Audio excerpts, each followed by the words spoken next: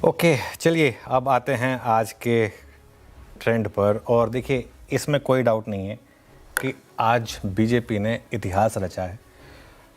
वीर श्री राम सुबह बात कर रहे थे कि वन वे होगा, जो भी होगा ये क्लोज वाला मामला नहीं होगा। अगर बीजेपी जीतेगी तो भी 1/3 होगा, टीएमसी जीतेगी तो भी 1/3, तो भी वन वे होगा, क्योंकि भारतीय इलेक्टर्स ने ज़्यादातर ना क्लोज वर्डिक्ट देने बंद कर दिए।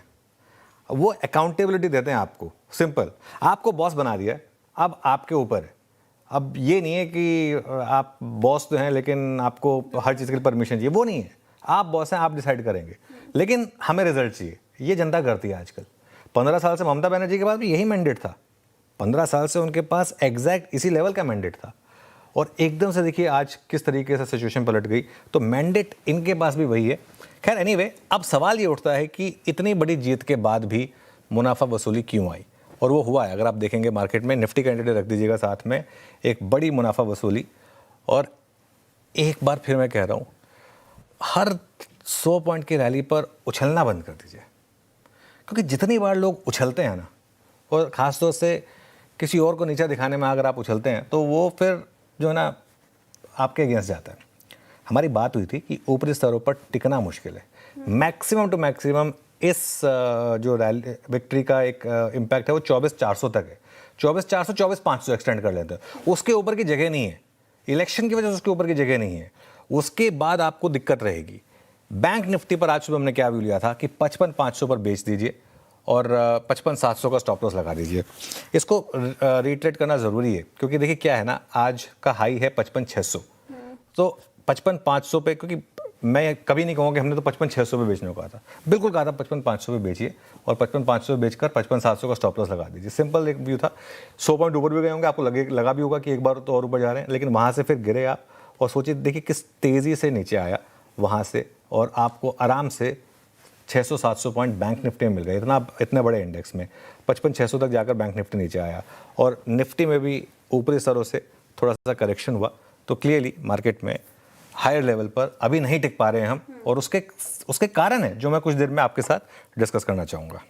इनफैक्ट सर, जिस नोट पर आपने एंड किया वहीं से मेरा सवाल है कि क्या कारण है, क्योंकि देखिए हाई साइड से फिसले निफ्टी बैंक निफ्टी पर, लेकिन एक अच्छी चीज़ अभी तक इंटैक्ट है मार्केट में, दैट इज़ ब्रेथ इंटैक्ट नजर आएगी। लेकिन जो डेडली कॉम्बिनेशन का आपने जिक्र किया वो कितना असर कर रहा है मार्केट पर। और सवाल, हालांकि आपने सुबह ये साफ तौर पर कहा था कि अलर्ट रहेंगे फिर भी हम बाजार में, क्योंकि अगर बीजेपी की जीत हो भी जाती है बंगाल में तब भी 24,400 24,500 तक का रास्ता ही है, फिर भी अलर्ट रहेंगे। एक तरफ एकदम गदगद होकर आपने खरीदने की राय नहीं दी थी, लेकिन अब क्योंकि हाई साइड से फिसल रहे हैं तो ये क्यों गिरावट देखने को मिल रही है? साथ ही अब क्या करना चाहिए, कौन से लेवल्स इंपॉर्टेंट होंगे, कैसे नेविगेट करें? देखिए बिल्कुल, देखिए इसमें श्रेया मैं एक चीज़ और ऐड कर दूँ। देखिए हमारे अंदर ना, सच बताऊँ ना, मैं मुझसे ना इतना ज़्यादा एक प्रिसीजन या इतनी दरिया दिली या इतनी बड़प्पन या ये सब मेरे अंदर नहीं है कि हम मतलब एक बात कहें कि जिस लेवल से मार्केट घूम जाए कि बस यही हमारा टारगेट है। क्योंकि क्या है ना, आप 20 टारगेट देंगे तो उनमें से एक जगह से तो घूमेगा, और दोनों तरफ के अगर आप 20-20 लेवल दे देंगे तो आप हर लेवल को कवर कर लेंगे। उससे व्यूअर का फ़ायदा नहीं होता है। हम व्यूअर के फ़ायदे वाली बात करते हैं। अब मैं आपको बताता हूँ कि बाजार क्यों नहीं टिक रहा है, और उसका कारण है FIIs की बड़ी वाली सेलिंग।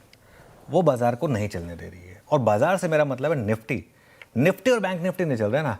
इंडिविजुअल स्टॉक्स में आप BHEL उठा के देख लीजिए, नंबर अच्छा है तो स्टॉक ने किस तरीके से रिवॉर्ड दिया। 8% स्टॉक ऊपर भाग गया कि नहीं ऊपर भाग गया, ये देखिए, ये स्टॉक भाग गया कि नहीं भाग गया ऊपर। यहाँ ऐसा क्या, वो क्योंकि नंबर अच्छा है। सुबह हमने आइडिया फोर्ज की बात की थी कि आज का हीरो ऑफ द डे हो सकता है। भले ही वो खुला ही इतना ऊपर, किसी को मौका नहीं मिला होगा, मैं मान रहा हूँ कि किसी को मौका नहीं मिला होगा क्योंकि खुला ही इतना ऊपर, लेकिन सर्किट पे अभी भी वो 20% के, ठीक है। तो अगर आप नंबर अच्छे डिलीवर कर रहे हैं तो ये मार्केट आपको रिवॉर्ड कर रहा है, इस चीज़ को समझ लीजिए। लेकिन दिक्कत क्या है, निफ्टी क्यों नहीं चल रहा है? निफ्टी इसलिए नहीं चल रहा है क्योंकि डॉलर के मुकाबले अब रुपया जो है वो 95 पर सेटल हो रहा है। FIIs ने परसों 8,000, परसों मतलब थर्सडे को 8,000 करोड़ बेचा है। क्या गारंटी है कि आज और फिर बड़ी सेलिंग नहीं होगी? हो सकता ना हुई हो, लेकिन जब मार्केट में कोई भी रैली के साइन बनेंगे वो बड़ी क्वांटिटी हल्की करने आ जाएंगे। सबसे बड़ा एग्जांपल दूं, आप HDFC बैंक और ICICI बैंक का इंट्राडे चार्ट देख लीजिए। अब मुझे बता दीजिए, HDFC बैंक और ICICI बैंक जिस तरीके से आज सुबह 786 तक जाकर HDFC बैंक 775 पर आया, या ICICI बैंक 1282 से जाकर 1264 आया, इसको कौन लेके आया होगा? सब पॉजिटिव खबरों के बाद FII, उनके पास है ये सब स्टॉक, वो बेचने आ जाते हैं। इसीलिए जब तक बड़े बैंकों का चलना मुश्किल है। जब तक इस तरीके का मैक्रो एनवायरनमेंट है, क्रूड इस तरीके का, से बड़े बैंकों का चलना मुश्किल है। और जब तक बैंक्स नहीं चलेंगे, प्राइवेट बैंक नहीं चलेंगे, बैंक निफ्टी नहीं चलेगा। और जब तक बैंक निफ्टी नहीं चलेगा, निफ्टी नहीं चलेगा। सिंपल एक अरिथमेटिक है मार्केट का, इसमें वो कोई साइंस नहीं है, प्योर अरिथमेटिक है, ये प्योर नंबर का गेम है, वेट का गेम है इनके स्टॉक्स का। और इसीलिए हमारा नज़रिया ये रहा है कि फिलहाल आप सिर्फ स्टॉक्स पर फोकस करें या फिर बैंक निफ्टी में रैली फेल होने पर बेचें। आज भी सुबह व्यू यही था ना कि बैंक निफ्टी में बेचें और 55,500 पे बेचने की बात है। राइट। अब अगला सवाल, अब करें क्या? देखिए, सबसे पहले तो आप लेकर आइए एक बार जरा स्टेट्स की टैली, क्योंकि पहले मैं उसको निपटा देना चाहता हूँ, उसके बाद अब क्या करें उस पर मैं आऊँगा। स्टेट्स की जो टैली है ना, वो एक बहुत ही इंपॉर्टेंट आपको कहानी बता रही है। इस देश में अब आपको एक एटीट्यूड अपना चेंज करना पड़ेगा कहीं ना कहीं। सिर्फ ये कह देना कि पोलराइजेशन की वजह से विक्ट्री हुई है या फिर सिर्फ मेजोरिटेरियनिज्म की वजह से विक्ट्री हुई है, अगर आप ऐसा कहते हैं तो आप कहीं ना कहीं इस देश के वोटर का मजाक कर रहे हैं और उसके साथ सही नहीं कर रहे हैं। तमिलनाडु देख लीजिए फॉर एग्जांपल। अब तमिलनाडु में क्या फैक्टर था कि टीवी के इस तरीके से जीत गई? बता दीजिए। 108 सीटें, पहली बार इलेक्शन लड़ा उन्होंने और पहली बार में 108 सीटें लेकर आ गए। ठीक है, एंटी इनकम्बेंसी तो असम में भी होनी चाहिए थी। असम में देखिए किस तरीके की विक्ट्री हुई है। और मैं एक चीज़ कहूँगा, आप जाकर देखिए असम में वाकई में डेवलपमेंट जिस तरीके की हुई है पिछले कुछ सालों में, और वो अगर आप डेवलपमेंट करेंगे तो इनकम्बेंसी हो या एंटी इनकम्बेंसी आप इलेक्शन जीतेंगे। ठीक है, तो ये तो बात हो गई इसकी। अब आपके सवाल पर आता हूँ मैं। देखिए, क्रूड वापस धीरे धीरे 110 की तरफ बढ़ रहा है। इनफैक्ट मेरे ख्याल से तो अब 110 क्रॉस कर चुका है। ठीक है ना, 110.31 पर आ चुका है। और जब तक क्रूड 100 के और रुपया 95 के ऊपर है, बाजार का चलना मुश्किल है। और अगर चलेगा भी तो वो ट्रैप मूव होंगे। आज सुबह फिर सोचिए कितने लोग ट्रैप हुए होंगे, खासतौर से बैंक निफ्टी में। अच्छा, बात यहाँ पर ना डरने या डराने की नहीं है। क्या है ना, मैं ये सब नॉनसेंस बहुत सुनता हूँ। डरना नहीं है, डराना नहीं है, डरने नहीं देना है। हम कोई यहाँ पर बूगी वूगी खेल रहे हैं या फिर कोई यहाँ पर हम कोई रियलिटी शो खेल रहे हैं? लोगों का पैसा लगा है यहाँ पर स्टॉक मार्केट में। कोई वो गेम शो तो है नहीं, कोई जिस तरीके के जो गेम शो है वो तो नहीं है। लोगों के असली पैसे लगे हैं यहाँ पर तो मार्केट में। तो बात ये कि लोगों को फंसाने से अच्छा उनको हकीकत बताई जाए, ये इंपॉर्टेंट है। ठीक है ना, और यही हम करते आए, आगे भी यही करते आएंगे। और हमें कोई शौक नहीं है अपना हर चीज़ में क्लेम करने का कि वो ये देखिए वो घूम गया, वहीं से घूम गया। इंडिविजुअल शेयरों में अभी भी ज़बरदस्त मौके हैं और यही मैं बार बार एक बात कह रहा हूँ आपको। लेकिन अब बात इंडेक्स पर है, मैं इंडिविजुअल स्टॉक्स की बात करूँगा। बात इंडेक्स की है तो निफ्टी पर अप्रोच क्या रहेगी? रेजिस्टेंस तो बहुत क्लियर हो गया अब आपके सामने, 25,300 से 25,400। यही आज सुबह हमारी रेजिस्टेंस भी थी, बड़ी रेजिस्टेंस। और सपोर्ट आपका 23,950 से 24,000 के करीब है। 24,060 आपको याद होगा, थर्सडे को हमने कहा था कि एक फलक्रम है 24,060, मेक और ब्रेक लेवल का काम करता है 24,060। बैंक निफ्टी की जहाँ तक बात है, बैंक निफ्टी में फिर से बेचने की जो स्ट्रैटेजी थी उसने काम किया है बैंक निफ्टी में। और मैं कहूँगा आज मुझे ना अपनी बैंक निफ्टी की स्ट्रैटेजी पर मुझे प्राउड फील हो रहा है, क्योंकि जो एक सोच समझकर आपको एक स्ट्रैटेजी दी गई थी और उसमें कोई इफ्स एंड बट्स के साथ नहीं था। एक सिंपल व्यू लिया, 55,500 पे बेचिए, 55,700 का स्टॉप लॉस लगा दीजिए। 54,900 तक गए हम, 54,850 पर हैं हम, लेकिन 600 पॉइंट मिल गए आपको। जहाँ से बेचा आपने वहाँ से आपको 600 पॉइंट मिल गए बैंक निफ्टी पर। अभी भी मेरी अप्रोच वही रहेगी, जब तक ये ब्रेंट क्रूड और डॉलर रुपये इस तरीके का है तब तक बैंक निफ्टी में बड़ी रैली होना थोड़ा सा मुश्किल है। वीरू के पास चलते हैं, आज स्टॉक स्पेसिफिक एक्शन कैसा रहा, उसके बाद बहुत कुछ बात करने को है। Viru, good afternoon. Good afternoon Anuj. Stock specific action में जो चीज़ अच्छा कर रही है अभी भी, उसमें मैं कंसिडर करूंगा मन्नापुरम फाइनेंस को 306 पे स्ट्रॉन्ग और हायर लेवल्स पे सस्टेन करने की टेंडेंसी नज़र आ रही है। आपकी स्क्रीन पे आएगा 304 पे, सुबह सुबह बात भी इस स्टॉक पे, और एक क्लासिकल फ्लैग का ब्रेकआउट अब उसको अब तक जस्टिफाई करता हुआ। ओपन इंटरेस्ट देखिए मैंने 17 लाख 18 लाख शेयर का बिल्डअप हुआ यहाँ पे। थोड़ा सा यहाँ पे टर्बुलेंस आएगी 310 के आसपास, जो कि आज का इंट्राडे हाई भी है। वो पूरा का पूरा 10 फरवरी यानी सेकेंड वीक ऑफ फरवरी और थर्ड वीक ऑफ फरवरी का स्विंग हाई है, but still study, still doing well. उसके बाद जो स्टॉक लेके आऊँगा आपकी स्क्रीन पे वो है हेल्थ केयर स्पेस में। हेल्थ केयर स्पेस में हॉस्पिटल स्टॉक्स की कैटेगरी में फोर्टिस हेल्थ केयर 6 नवंबर 2025 से चली आ रही पूरी फॉलिंग चैनल को बहुत खूबसूरती से अगर आप देखें तो यहाँ पर थोड़ा सा बाजार अलाइनमेंट कर रहा है। I mean, जब क्रूड से परेशान है, बाकी चीज़ों अगर आप देखें उसको कन्विक्शन नहीं दे रही हैं, तो थोड़ा सा अगर आप देखें डिफेंसिव की तरफ, हेल्थ केयर की तरफ, फार्मा की तरफ झुकाव है। फॉर इंस्टेंस लॉरस को देखिए आप आज, बट मैं यहाँ चुनाव कर रहा हूँ फोर्टिस का, 1.25 लाख शुरू का बिल्डअप, डूइंग वेल। और एक स्टॉक लूंगा मैं यहाँ पर FMCG बास्केट से, कोलगेट आपकी स्क्रीन पे आ रहा है 2155। कोलगेट 26 दिसंबर 2024 से लेकर अब तक मल्टीपल अटेम्प्ट, मेरे ख्याल से it's almost 4th attempt to cross 200 day exponential average. हालांकि अभी आप जब OI को देखेंगे तो इसमें आपको नजर आएगा कि एक अव्वल दर्जे की यहाँ पे शॉर्ट कवरिंग हो रही है, यानी अभी ये स्टॉक सिर्फ रिवर्सल ट्रेंड में है, अभी ये इंटरमीडिएट में भी नहीं आया है, बट रिवर्सल ट्रेड है इसलिए फोकस कर रहा हूँ यहाँ पे। अभी तक हमने फोर्टिस का जिक्र किया था, वो इंटरमीडिएट था, मन्नापुरम हाई ट्रेजेक्ट्रीज पे था, मैं ये कोलगेट को पिक कर रहा हूँ लोअर ट्रेजेक्ट्रीज पे। It's a reversal candidate, but ये रिवर्सल अच्छा तब बनेगा जब ये 2160 और 2170 की ट्रेजेक्ट्री को पार करेगा, तो कोलगेट पे नजर रखिएगा। पर अनुज, मेरा प्रश्न ये रहेगा कि हम काफ़ी समय से बात कर रहे हैं कि अगर आपको इंडेक्स में इंडल्ज नहीं होना है तो स्टॉक स्पेसिफिक ये बाजार काफ़ी बेहतरीन है। एक बार फिर से क्रूड ने ये प्रूव कर दिया अनुज कि मैं सेटल डाउन होने में भी टाइम लूँगा, है ना। 112 फिर ऑलमोस्ट हम उस पैच को हिट करते हुए, तो अभी क्या नज़र आ रहा है? आई मीन कंफर्टेबल पॉकेट्स कौन सी होंगी टू चेज जब आप इंडेक्स को हाथ लगाना नहीं चाहते अनुज? देखिए वीरू, मैं एक चीज़ें पूरे के पूरे अपने जिम्मेदारी के साथ एक बात कह रहा हूँ। मार्केट में आज मैं एक पैनल का डिस्कशन करके आया, काफ़ी शानदार पैनल था। एक चीज़ आप समझिए, आपको दो चीज़ें एक साथ नहीं मिलेंगी, सेंटिमेंट और प्राइस आपके हिसाब से। आज तेल से जुड़े हुए स्टॉक्स में आपको अच्छा प्राइस मिल रहा है क्योंकि तेल 115 पर है। ये 115 पे परमानेंटली नहीं रहने वाला है, ये कोलैप्स होगा बहुत जल्दी और बहुत तेज़ी से, एक बार जब डील हो जाएगी और सब वॉर ख़त्म हो जाएगी उसके बाद। तो दो अप्रोच हैं, ट्रेडिंग अप्रोच वही रहेगी। ट्रेडिंग अप्रोच में इन स्टॉक्स से आपको दूर रहना है जो तेल से जुड़े हुए स्टॉक्स हैं, और आपको स्ट्रेंथ के साथ रहना है, जहां नंबर अच्छे आ रहे हैं, जहां पर तेल का इम्पैक्ट नहीं है, जहां पर मोमेंटम है। ट्रेडिंग में आपको वही करना है, ट्रेडर का धर्म है वो करना, वो ट्रेडर का धर्म है कि जहां पर स्ट्रेंथ है वहां पर बाइंग और जहां पर वीकनेस है वहां पर सेलिंग, ये ट्रेडर को करना है। अगर आप इन्वेस्टर हैं और अगर आपका 5 साल का होराइजन है तो अगले 2 से 3 महीने में उन स्टॉक्स पर फोकस करिए जिनकी फंडामेंटल्स बहुत स्ट्रांग है, जिनकी खुद की बहुत बड़ी मार्केट है। जैसे मैं एक एग्जांपल देता हूं, अब इसको आप अभी के स्टॉक रिकमेंडेशन में समझिएगा। 2 एग्जांपल दे रहा हूं, पिडिलाइट और इंटरग्लोब एविएशन, 2 एग्जांपल दिए मैंने। अब ये स्टॉक्स आपको इस समय लेने में डर लगेगा क्योंकि ऑब्वियसली इनमें इस समय मोमेंटम जो है वो काफ़ी नीचे का है। आप चाहे पिडिलाइट का चार्ट उठा के देख लीजिए या इंटरग्लोब एविएशन का चार्ट उठा के देख लीजिए, लेकिन हिस्ट्री यही कहती है कि जब अच्छी कंपनियां एक ऐसे फेज से गुजरें जिसमें वो उनकी जो प्राइस करेक्शन है वो सिर्फ इसलिए आ रही है क्योंकि इंटरनेशनली या ग्लोबली कुछ हो रहा है जिसकी वजह से वो गिर रही हैं, तो वो आपको एक मौका देती हैं। तो अगर आपका लॉन्ग टर्म का व्यू है तो बिल्कुल, लेकिन शॉर्ट टर्म में इन स्टॉक्स को अवॉइड करना है और वहाँ रहना है जहाँ पर स्ट्रेंथ है। चलिए आगे बढ़ते हैं। स्टॉक स्पेसिफिक अप्रोच कैसी हो आपके बाजार में वो तो हमने समझ ली, लेकिन सर आपने ओपनिंग कमेंट्री में मेंशन किया कि असेंबली इलेक्शन के नतीजों का असर आप देख रहे हैं भारत और भारतीय बाजार पर, लॉन्ग टर्म इम्पैक्ट देख रहे हैं आप।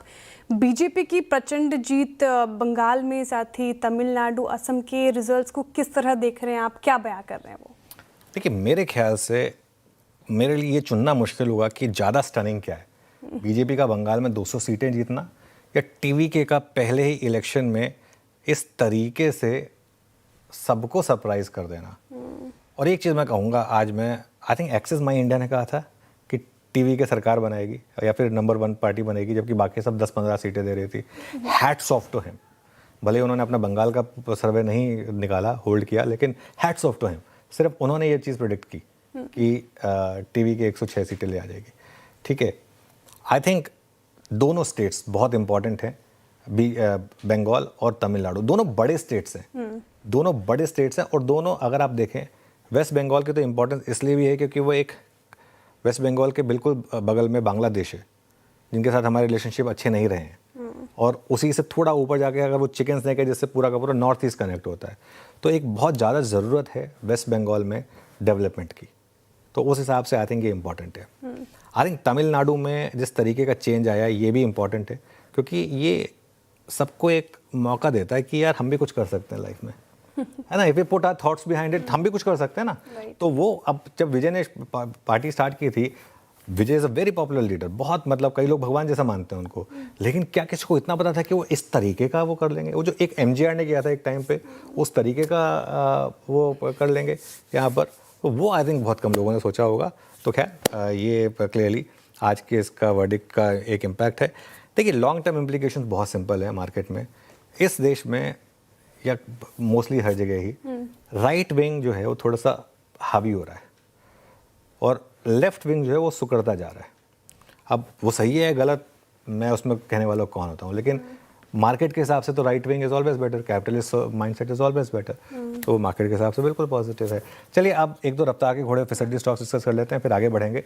सबसे पहले रफ्तार के घोड़े स्टॉक्स लेकर आइए, उसमें सबसे ऊपर नाम रहेगा BHEL का। जी हाँ, शानदार नतीजों के बाद भागा स्टॉक और बना F&O का टॉप गेनर, करीब 9% ऊपर, सर्किट भी लगा दिया था एक समय तो इसने। वेदांता जो डीमर्जर के बाद की सेलिंग थी पहले दिन की, वो खत्म हुई और उसके बाद यहाँ पर एक अच्छा मूव आया, करीब 7.5% के करीब भागा। लॉरस लैब्स, आई थिंक पिछले हफ्ते हम डिस्कस कर रहे थे कि नंबर्स के बाद नॉर्मली स्टॉक काफ़ी भागता है। लॉरस लैब्स में पिछले हफ्ते नंबर्स आए थे, उसके बाद 6% भागा। और चौथा स्टॉक रहेगा आइडिया फोर्ज। आइडिया फोर्ज सुबह आज हमने बोला था कि आपको आज का हीरो ऑफ द डे होगा, मजबूत नतीजे आए और करीब 20% का यहाँ पर सर्किट लगा। और इशू बस यही होगा कि मौका नहीं मिला किसी को, मतलब मिला भी होगा तो 685-86 पे आपको 40-50 रुपये मिल गए, उससे ज़्यादा कुछ नहीं मिला होगा आपको। लेकिन जो पूरी 120 रुपये की रैली हुई है वो ऑब्वियसली आपको नहीं मिली होगी। फिसड्डी स्टॉक्स में सबसे ऊपर है सोना BLW। आई थिंक वो जो मार्जिन पर एक इम्पैक्ट आया उसका क्लियर कट एक इम्पैक्ट आपको देखने को मिला। मजगांव डॉक नतीजों के बाद ज़ोरदार गिरावट, सुबह हमने इससे बचने की सलाह दी थी, बात भी हुई थी कि नंबर्स हैं लेकिन समझ में नहीं आ रहा था इसके नंबर्स कैसे हैं इस वजह से।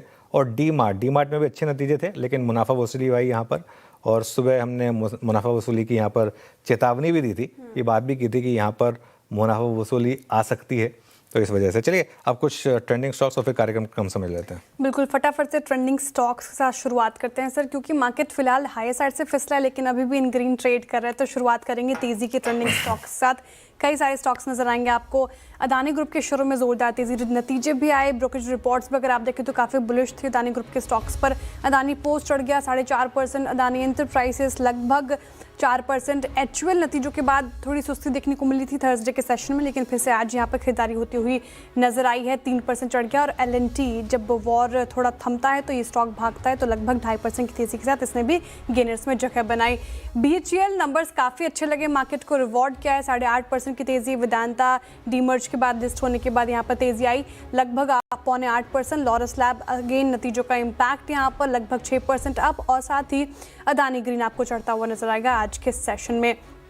लेकिन बैकफुट पर कुछ stocks, Kotak Mahindra bank again result का इम्पैक्ट हालांकि इंट्राडे में सुधरा है लेकिन फिर भी 3% नीचे है अभी भी। डॉक्टर रेड्डीज टूट के 2.5% के करीब। साथ ही आपको भारतीय एयरटेल यहाँ पर मुनाफा वसूली देखने को मिल रही है, कोशिश कर रहा था लेकिन टिक नहीं पाए। ONGC भी 2% नीचे कामकाज करता हुआ नजर आएगा। वायदा में अगर आप देखें सोना BLW, जैसा कि अभी जिक्र हो रहा था, रिजल्ट मार्जिन पर प्रेशर ने कहीं ना कहीं सेंटिमेंट खराब किया तो 5% नीचे है। मजगांव डॉग 4% नीचे, यहाँ पे भी नतीजे उतने वाव नहीं लगे। एवेन्यू सुपर मार्ट नतीजे अच्छे थे, फिर भी स्ट्रीट ने मुनाफा वसूली दिखाई है। और फोर्स मोटर अगर आप करें बात तो ये 3% नीचे आज के सेशन में कामकाज कर रहा है, मुनाफा वसूली का शिकार हुआ है। लेकिन इस शो में होगा क्या, शो फ्लो समझते हैं। फंडामेंटल राय देने के लिए हमारे साथ होंगे SMIFS के शरद अवस्थी जी, टेक्निकल कॉल्स लेंगे हम प्रकाश गाबा, मानस जायसवाल, राजेश पालविया, अरुण कुमार मंत्री, पंकज आंधड़ और सोमिल मेहता जी से। 2:20 पर आशीष बताएंगे आपको कि शेयरों का चुनावी कनेक्शन क्या है। 2:30 बजे मैं बताऊंगी कि नतीजों के बाद क्यों टूटा डीमार्ट और BHEL में तेजी क्यों है। 2:40 पर ऊपर बताएंगे कि अदानी ग्रुप के शेयरों में तेजी क्यों है। 2:45 पर कल आने वाले नतीजों पर दीपाली राणा बताएंगे हीरो मोटो और महिंद्रा के नतीजे कैसे रह सकते हैं। आशीष से समझेंगे कि L&T के नतीजे कैसे रह सकते हैं। साथ ही कंचन बताएंगे आपको कि कोफोर्ज और SRF के नतीजों से क्या उम्मीदें हैं। 2:55 पर बिग मार्केट वॉइस में हमारे साथ जुड़ेंगे साइट्रस एडवाइजर्स के फाउंडर संजय सिन्हा। 3:05 पर अरुण जी से कल के लिए स्ट्रैटेजी। 3:10 पर डीलिंग रूम चेक। 3:15 पर होगा BTST STBT कॉल्स। ओके, चलिए अब पूरा का पूरा पैनल तैयार है हमारे साथ और शुरुआत करेंगे ट्रेड्स की। ट्रेड्स पर जाऊं इससे पहले शरद जी गुड आफ्टरनून, माहौल कैसा है कोलकाता में? अगर खिड़की खोल दूं तो आपको जय श्री राम के नारे साफ सुनाई देते। सामने ही भवानीपुर का वो जो काउंटिंग सेंटर है वो है, और सुबह से नारे बढ़ी है। हाँ नीली चेहरे अब दिखाई नहीं दे रही, सब भगवा है। हाँ। अच्छा देखिए, अब ये फ़र्क होता है, यही सवाल अगर मैंने शरद जी से सुबह पूछा होता ना तो वो थोड़ा सा डर के जवाब दे रहे होते हैं सुबह, लेकिन अब रिजल्ट क्लियर हो चुके हैं तो आप इसके लिए खुलकर बोल सकते हैं अब। तो ये थोड़ा सा ये जो है वो है, रियलिटी है। आज सुबह जब अमित जी से पूछा था, बंगाल की पॉलिटिक्स में हमेशा से थोड़ा वायलेंस का हिस्सा रहा है। बिल्कुल बिल्कुल बिल्कुल कहा है। ममता बनर्जी के आने से मैंने भी उनके लिए वोट किया था, उनकी काफी इज्जत थी सीपीएम जैसे गढ़ को तोड़ने के लिए, और काफी बीजेपी के नेता भी इस चीज को अप्रिशिएट करते हैं कि जिस दौर में उन्होंने तोड़ा वो बहुत बड़ी बात है। बिल्कुल। के बाद जो फॉलो अप आया पिछले 5-7 सालों में, मेरे हिसाब से वो संगठन नहीं बन पाया, सिर्फ पॉलिटिकल नहीं रह गई, तो वो एक ड्रॉबैक रह गया। नहीं तो काम उन्होंने भी काफी किया। बिल्कुल बिल्कुल काम किया है, इसमें कोई डाउट नहीं है, और मैं इसमें कहीं वो नहीं जा रहा। मैं सिर्फ एक बात बता रहा हूँ कि जो एक मतलब वायलेंस वाला मामला है, तो इसके लिए एक जब तक आप एकदम कहीं क्लैरिटी ना आ जाए, थोड़ा सा एक आप संभल कर ही रहते हैं, और रहना भी चाहिए वैसे। खैर एनीवे, चलिए अब एक काम करते हैं, ट्रेड्स की शुरुआत करते हैं। शरद जी आएंगे आपके पास भी स्टॉक आइडिया के लिए, लेकिन गावा सर गुड आफ्टरनून, बताइए इस समय का trade. Good afternoon to you. I think इस समय जो ट्रेड पसंद आ रहा है मुझे वो है पॉलीकैब। पॉलीकैब का स्ट्रक्चर अच्छा है, बहुत अच्छा कंसोलिडेशन है, करीब 7-8 दिन का, उसके बाद अपमूव मिला है। पॉलीकैब ट्रेड करा 8347 पर, मेरे ख्याल से स्टॉप लगाना चाहिए 8300 का, मतलब 47 रुपीज का। टारगेट फर्स्ट रहेगा 8500, ये आज के लिए हो सकता है, कल और भी हाई जोन देखने को मिल सकते हैं पॉलीकैब। ओके, पॉलीकैब में एक इस वक्त स्ट्रॉन्ग मूव आपकी स्क्रीन पे डे हाई की ट्रैजेक्टरी मार्केट ट्रेड कर रहा है, दिन के सर्वोच्च तौर पे ओआई एडिशन भी इसका याद रखिएगा, बहुत इंप्रेसिव है। मानस गुड आफ्टरनून, आपका ट्रेड क्या रहेगा? गुड आफ्टरनून वीरेंद्र जी। तो देखिए, आईसीआईसीआई प्रू लाइफ पे खरीदारी करने की राय रहेगी। यहाँ पर करीब 510 के आसपास बॉटम बना है, और अब इंटरडे चार्ट पे हाई टॉप हायर बॉटम से कंफर्मेशन मिला है। 10 डे 20 डे मूविंग एवरेज को स्टॉक ने रीगेन कर लिया है। आई थिंक यहाँ पर 540 का कॉल ऑप्शन जो 16 रुपए पे ट्रेड हो रहा है, उसमें खरीदारी करने की राय रहेगी। आपके जो स्टॉप लॉसेस हैं वो 12 रुपए के नीचे रहेंगे, और आपके जो टारगेट रहेंगे वो 24 रुपए के आसपास के रहेंगे। अगर आप कैश पे ट्रेड ले रहे हैं तो आप करंट लेवल्स पे खरीदारी करें, 524 का स्टॉप लॉस लगा लें, 555 तक के टारगेट्स पॉसिबल है। ओके, आईसीआईसीआई प्रूडेंशियल लाइफ पसंद आ रहा है, डेज हाई पर कर रहे कामकाज। अरुण जी गुड आफ्टरनून, आपकी ट्रेड क्या होगी? जी श्रेया जी गुड आफ्टरनून। श्रेया जी, निफ्टी फार्मा इंडेक्स में एक अच्छा एडिशन देखने को मिल रहा है। इनफैक्ट लुपिन में भी एक ब्रेकआउट के संकेत आ रहे हैं, तो लुपिन को खरीदने की सलाह रहेगी। 2348 के आसपास चल रहा है, 2325 का स्टॉप लॉस रहेगा, और 2398 तक के टारगेट्स लुपिन में देखने को मिल सकते हैं। अच्छा ब्रेकआउट चार्ट पे नजर आ रहा है, और ओपन इंटरेस्ट में भी 4% का एडिशन है। मुझे लग रहा है इसमें फॉलो बाइंग जरूर आनी चाहिए। ओके, चलिए सौमिल जी आपकी trade. Good afternoon. Good afternoon to everyone. मेरी ट्रेड होगी केईआई पर। केईआई में एक कंसोलिडेशन कुछ समय से चल रहा था, आज ब्रेकआउट हुआ है, प्रीवियस स्विंग हाई ऊपर की तरफ टूटा है, 10 डेली मूविंग एवरेज में सपोर्ट है, ऑलरेडी एक अप ट्रेंड में है। कुछ समय पहले 200 डेली एक्सपोनेंशियल मूविंग एवरेज से सपोर्ट लेके एक ट्रेंड ऊपर की तरफ शुरू हुआ था। मुझे लगता है ये कंटिन्यू रहेगा ऊपर में। मेरे टारगेट्स होंगे 5250 और स्टॉप लॉस रहेगा 4790। ओके, आपका अगर आप देखें कि इंडस्ट्री स्पॉन्सर 33 पर, पंकज गुड आफ्टरनून, आपका trade. Good afternoon Virendra ji, शमम, Anu sir, all the copanellists. Sir, Colpal के ऊपर नजरें हैं। कोलपाल के फ्यूचर्स में 2175-77 के आसपास का फिलहाल ये ट्रेड कर रहा है। ऑल की मूविंग एवरेजेस के ऊपर ये फिलहाल ट्रेड कर रहा है, और काफी कंसोलिडेशन के बाद में ये चलने के लिए रेडी हो चुका है स्टॉक। मुझे लगता है कि 2150 रुपए का एक स्टॉप लॉस यहाँ पर मेंटेन करना चाहिए। ऊपरी लेवल पर 2230-2250 रुपए तक की लेवल्स देखने मिल सकती हैं। कोलगेट शुरुआत से ही अच्छा कर रही है, पूरा एफएमसीजी पैक फोकस में यहाँ पे खरीदारी कर रहे हैं। पंकज जी की तरफ से आ गई, ट्रेड्स हो गए पूरे, फटाफट से एक रिकैप ताकि आप टारगेट और स्टॉप लॉस जॉट डाउन कर पाएं। गाबसन ने पॉलीकैब चुना है, खरीदारी की राय, 8500 के टारगेट देख रहे हैं वो, 8300 का स्टॉप लॉस लगाने की बात कही गई है। मानस जी कह रहे हैं कि ICICI prudential life days high पर है, अच्छी खासी तेजी यहाँ पे देखने को मिल रही है, तो खरीदारी कर सकते हैं। टारगेट और स्टॉप लॉस आपके स्क्रीन पर आएंगे। अरुण जी, ल्यूपिन के साथ जाना चाह रहे हैं और फार्मा स्पेस में अगर आप देखें तो ल्यूपिन में स्ट्रेंथ नजर आ रही है, यहाँ पर भी खरीदारी की राय उनकी तरफ से। इसके अलावा ल्यूपिन के जो टारगेट है वो 2398 के हैं, 2325 का आपको स्टॉप लॉस लगाना है। सोमिल जी कह रहे हैं कि किया इंडस्ट्रीज जो है वो उनको भा रहा है, तो खरीदारी की राय है। इन स्तरों से 5250 के टारगेट हैं, 4790 का स्टॉप लॉस। और साथ ही पंकज जी ने कोलगेट चुना है FMCG पैक से, यहाँ पर स्ट्रेंथ आज सुबह से देखने को मिल रही है, तो 2250 2230 के लिए आप चेज कीजिए, 2150 का आपको स्टॉप लॉस लगाना है। लेकिन इस मार्केट में आपका इन्वेस्टमेंट आइडिया क्या हो वो शरद जी से समझते हैं। शरद जी, गुड आफ्टरनून वंस अगेन, और बताइए अब आपका इन्वेस्टमेंट आइडिया क्या होगा? गुड आफ्टरनून जी। आज थोड़ा सा अलग है। मुझे लगता है जनरली मैं कोई लॉस मेकिंग कंपनीज रिकमेंड नहीं करता, लेकिन स्विगी पे हमारा व्यू काफी पॉजिटिव है। हमें लगता है जिस टाइप की ग्रोथ पूरे GMP में एस्टिमेटेड है अगले 5 से 7 सालों में, इन कंपनीज की स्केल में काफी बड़ा चेंज आ सकता है।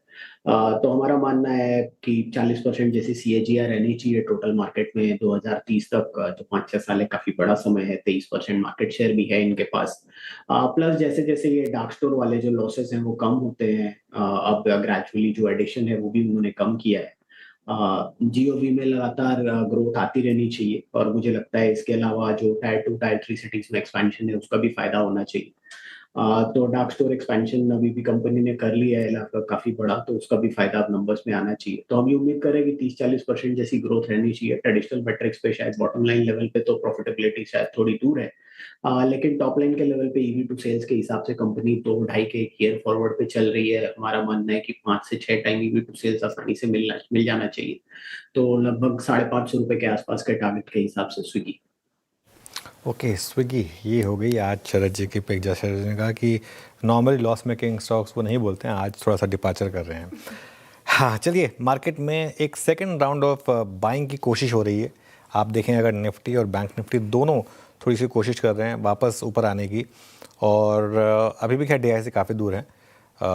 और मिड कैप इंडेक्स रखिएगा एक बार ज़रा वापस क्लियरली, क्योंकि मिड कैप में स्ट्रेंथ है, और आज भी देखें आप तो मिड कैप ऊपर है। लेकिन अब बात करते हैं 5 राज्यों में चुनावी नतीजों का असर स्टॉक मार्केट पर क्या रहेगा। हमारी रिसर्च टीम से आशीष कुछ स्टॉक्स लेकर आए हैं जो इन रिजल्ट की वजह से फोकस में रहेंगे। आशीष, गुड आफ्टरनून, बताइए। Good afternoon sir. और बहुत सारे स्टॉक्स हैं और एग्जिट पोल के बाद से लगातार इन स्टॉक्स को हम हाईलाइट करते गए हैं। अब यहाँ पर फोकस करेगा आपकी स्क्रीन पर ये सारे स्टॉक्स आएंगे जहाँ पर जबरदस्त एक्शन आपको देखने को मिल रहा है। सन टीवी सबसे बड़ा मूव है। एक समय तो ऐसा था कि 8 से 9% की गिरावट थी। बंधन बैंक में काफ़ी बढ़िया तेजी देखने को मिली। CSE में बड़ा मूव है, इमामी है, टेक्समैको रेल है। अच्छा, ये तो प्रमुख स्टॉक्स हैं, लेकिन अगर आप थोड़ा सा और ढूंढ के देखेंगे ना तो लिस्ट और लंबी हो जाएगी। Lux industries, dollar industries, satin credit care, IFB agro, IFB industries, यहाँ पर आप देखें तो बड़े मूव के साथ इन चुनावी नतीजों का असर यहाँ पर देखने को मिल रहा है। अब एक एक करके समझते हैं कि इन स्टॉक्स में दरअसल क्या कहानी है, चुनावी कनेक्ट कैसे बैठ रहा है। तो सन टीवी सबसे पहले इसकी बात करनी पड़ेगी। 5-6% की गिरावट यहाँ पर देखने को मिल रही है, क्योंकि जो तमिलनाडु में चुनावी नतीजे आए हैं इसमें आप देखें तो DMK पिछड़ रही है। और सन टीवी का कार्यभार अगर आप देखें तो चाहे प्रमोटर ग्रुप है या मैनेजमेंट है, ये आप DMK की जो फैमिली है यानी जो कलानिधि मरन, इनके पास है। तो इसी का एक असर यहाँ पर देखने को मिल रहा है। डिसअपॉइंटमेंट है, सेंटिमेंटल इम्पैक्ट है, 6-7% की बड़ी गिरावट यहाँ पर आपको देखने को मिलेगी। इसके अलावा अब बात कर लेते हैं बंगाल वाले फोकस स्टॉक्स की। तो इसमें सबसे पहले बंधन बैंक को सामने रखिएगा अब, क्योंकि एक तो माइक्रो फाइनेंस का कारोबार है, साथ में आप देखें तो जो वेस्ट बंगाल में फोकस काफ़ी ज़्यादा देखने को मिल रहा है। इनफैक्ट अगर मैं क्वांटिफाई करके भी बताऊं ना आपको, तो तकरीबन वेस्ट बंगाल से 40% इनके डिपॉजिट और 23% एडवांसेस आते हैं, यानी सीधे तौर पर पूरा निर्भरता है यहाँ पर। और इसी का असर है कि 3-4% की तेजी आपको स्टॉक में नजर आएगी। पावर स्पेस के स्टॉक्स में हमने खास एक्शन देखने को मिला है। CSE की बात करते हैं, RP संजीव गोयनका ग्रुप की कंपनी है। हालांकि इस ग्रुप के अन्य स्टॉक्स में भी एक्शन देखने को मिल रहा है, लेकिन यहाँ पर आप देखिए खास बात ये बन जाती है क्योंकि इनकी जो इलेक्ट्रिसिटी डिस्ट्रीब्यूशन आर्म है ये कोलकाता फोकस्ड है और मेट्रो को भी यही रेल सप्लाई करते हैं। अब हाल ही में हमने देखा कि कुछ पावर कंपनीज में स्टेट के रिफॉर्म्स का बड़ा असर है, मिसाल के तौर पर टाटा पावर, तो इनको भी उम्मीद जल जाती है कि क्या आगे टैरिफ रिवाइज होंगे, कि एक बड़ा फायदा यहाँ पर देखने को मिल सकता है। तो CSE यहाँ पर नजर रखिएगा। अच्छा, इमामी लिमिटेड, क्योंकि कोलकाता वेस्ट कंपनी है, वेस्ट बंगाल में कारोबार है इनका, तो एक इम्पैक्ट यहाँ पर देखने को मिलता है। हालांकि इस स्टॉक में देखें तो कोई बड़ी तेजी नहीं है, 2.5-3% का मूव है। इसके अलावा टेक्समैको रेल यहाँ पर भी फोकस रखिएगा, क्योंकि जो रेल मैन्युफैक्चरिंग या मॉडर्नाइजेशन यूनिट्स है, ये काफ़ी ज़्यादा वेस्ट बंगाल में निर्भर करती हैं, तो एक इम्पैक्ट यहाँ पर भी देखने को मिल रहा है। अब ये जो इनरवेयर वाली कंपनीज़ हैं, जैसे मिसाल के तौर पर चाहे आप लक्स इंडस्ट्रीज़ देखें या फिर डॉलर इंडस्ट्रीज़, ये जो छोटे छोटे स्टॉक्स हैं, इसका इम्पैक्ट यहाँ पर है टेक्सटाइल स्पेस के, इनमें थोड़ी बहुत खरीदारी यहाँ पर आपको देखने को मिलेगी। एक खास NBFC है जिसका निर्भरता काफ़ी ज़्यादा है, सैटिन क्रेडिट कार्ड, बढ़िया तेज़ी यहाँ पर देखने को मिल रही है। अच्छा, इसमें ड्यूअल इम्पैक्ट है क्योंकि असम के भी जो चुनावी नतीजा हैं, इनकी लोन बुक का तकरीबन 14% असम से है और बंगाल से 9% का, और इसी का असर है कि स्टॉक में तकरीबन आपको 5% की बड़ी तेज़ी नजर आएगी। और दो स्टॉक्स अंत में और बताऊंगा आपको, एक तो IFB इंडस्ट्रीज़ है, इसकी चर्चा हम लगातार करते रहते हैं, लेकिन एक IFB एग्रो स्टॉक भी है, और ये आप देखें तो पॉलिटिकल अनसर्टिनिटी के चलते प्रीवियसली अपडेट देकर बताया इस कंपनी ने कि इसकी मैन्युफैक्चरिंग पर बहुत ज़्यादा इम्पैक्ट यहाँ पर देखने को मिला है। लेकिन अब अगर आप देखें तो इस चुनावी परिणाम के बाद आप बड़ा मूव देख रहे हैं, फिलहाल 20% का अपर सर्किट नजर आएगा। इंटरेस्टिंग आशीष, शुक्रिया सारे स्टॉक्स बताने के लिए। इस पर रिएक्शन लूंगी, लेकिन इसी टॉपिक पे रहते हैं कि नतीजों से क्या कनेक्शन है। तो पश्चिम बंगाल में बीजेपी की जीत से मार्केट सेंटिमेंट बेहतर हो सकते हैं। बाजार के दिग्गजों का मानना है कि बीजेपी के आने से प्रो इंडस्ट्री और बिजनेस फ्रेंडली नीतियां बनेंगी, साथ ही पार्टी की ताकत में भी इजाफा होगा। इस पर हमारे मैनेजिंग एडिटर अनुज सिंघल ने बाजार के दो दिग्गजों सुनील सिंघानिया और सौरभ मुखर्जी से खास बातचीत की है, पहले सुनते हैं। What's your view on what has happened today and how do you see that for the market? क्या जो एक वेस्ट बंगाल एक लास्ट फ्रंटियर कह सकते थे इसको, एंड मार्केट पे कितना इम्पैक्ट होगा इसका आपके हिसाब से? There are a lot of states which are quite large and very important, and I think West Bengal was one state which, for a variety of reasons, including leftist governments, right since the state was formed, had become like, I would say the slowest growing, despite having the biggest potential. If you remember, West Bengal or Calcutta used to be like the business hub, and slowly, because of the government policies, businesses exited the state. We have seen how a forward-looking government in a large state like UP can transform. I think West Bengal itself has a potential of becoming a $1 trillion economy. Only for that state. So I think these, verdicts, and hopefully the new government would be very progressive, hopefully. I think we can add maybe 0.5% to India's GDP only by, West Bengal moving towards more progressive and, industry and business friendly policies. So it's a great thing. Whenever new government comes, there is an additional josh. Saurabh, not because you are a Bengali, I just want to know your view on how do you read what's happening in West Bengal elections? I think both the West Bengal verdict and the Tamil Nadu verdict, I think these two should be paving the way for 2/3 majority in not just the lower house, more importantly, 2/3 majority in the upper house. Remember, at the moment, the NDA is roughly at 148. Yes. Right? Yes. I think 2/3 majority would be around the 170, 180 mark. Yeah, if you add AAP members, this 7 and yes, I'm adding one. I think after the AAP migration, 148, and 2/3 is what the government would need to get delimitation through, right?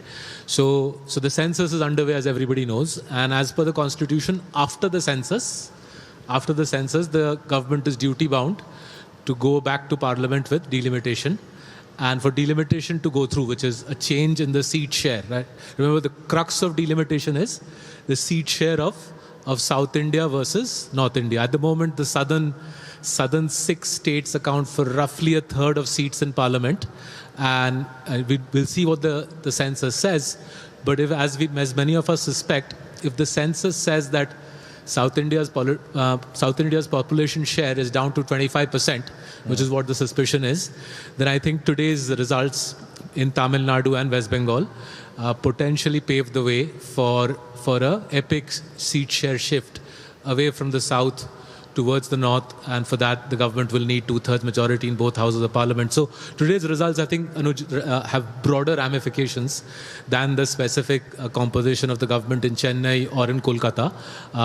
momentous as though that is, I think the even bigger ramification is constitutional change, which I think becomes more likely than not after the remarkable verdicts in Tamil Nadu and West Bengal. But Saurabh एक सवाल ये भी है कि बंगाल में लोग react कैसे कर रहे हैं, मतलब ये क्योंकि एग्जिट पोल ही नहीं आ पाया था, थोड़ा सा लोगों को डर भी लग रहा था कि मेरे भी जितने भी गेस्ट आते थे कलकत्ता से उनसे पूछता था तो वो दबे शब्दों में बोलते थे, खुल के कोई नहीं बोलता था.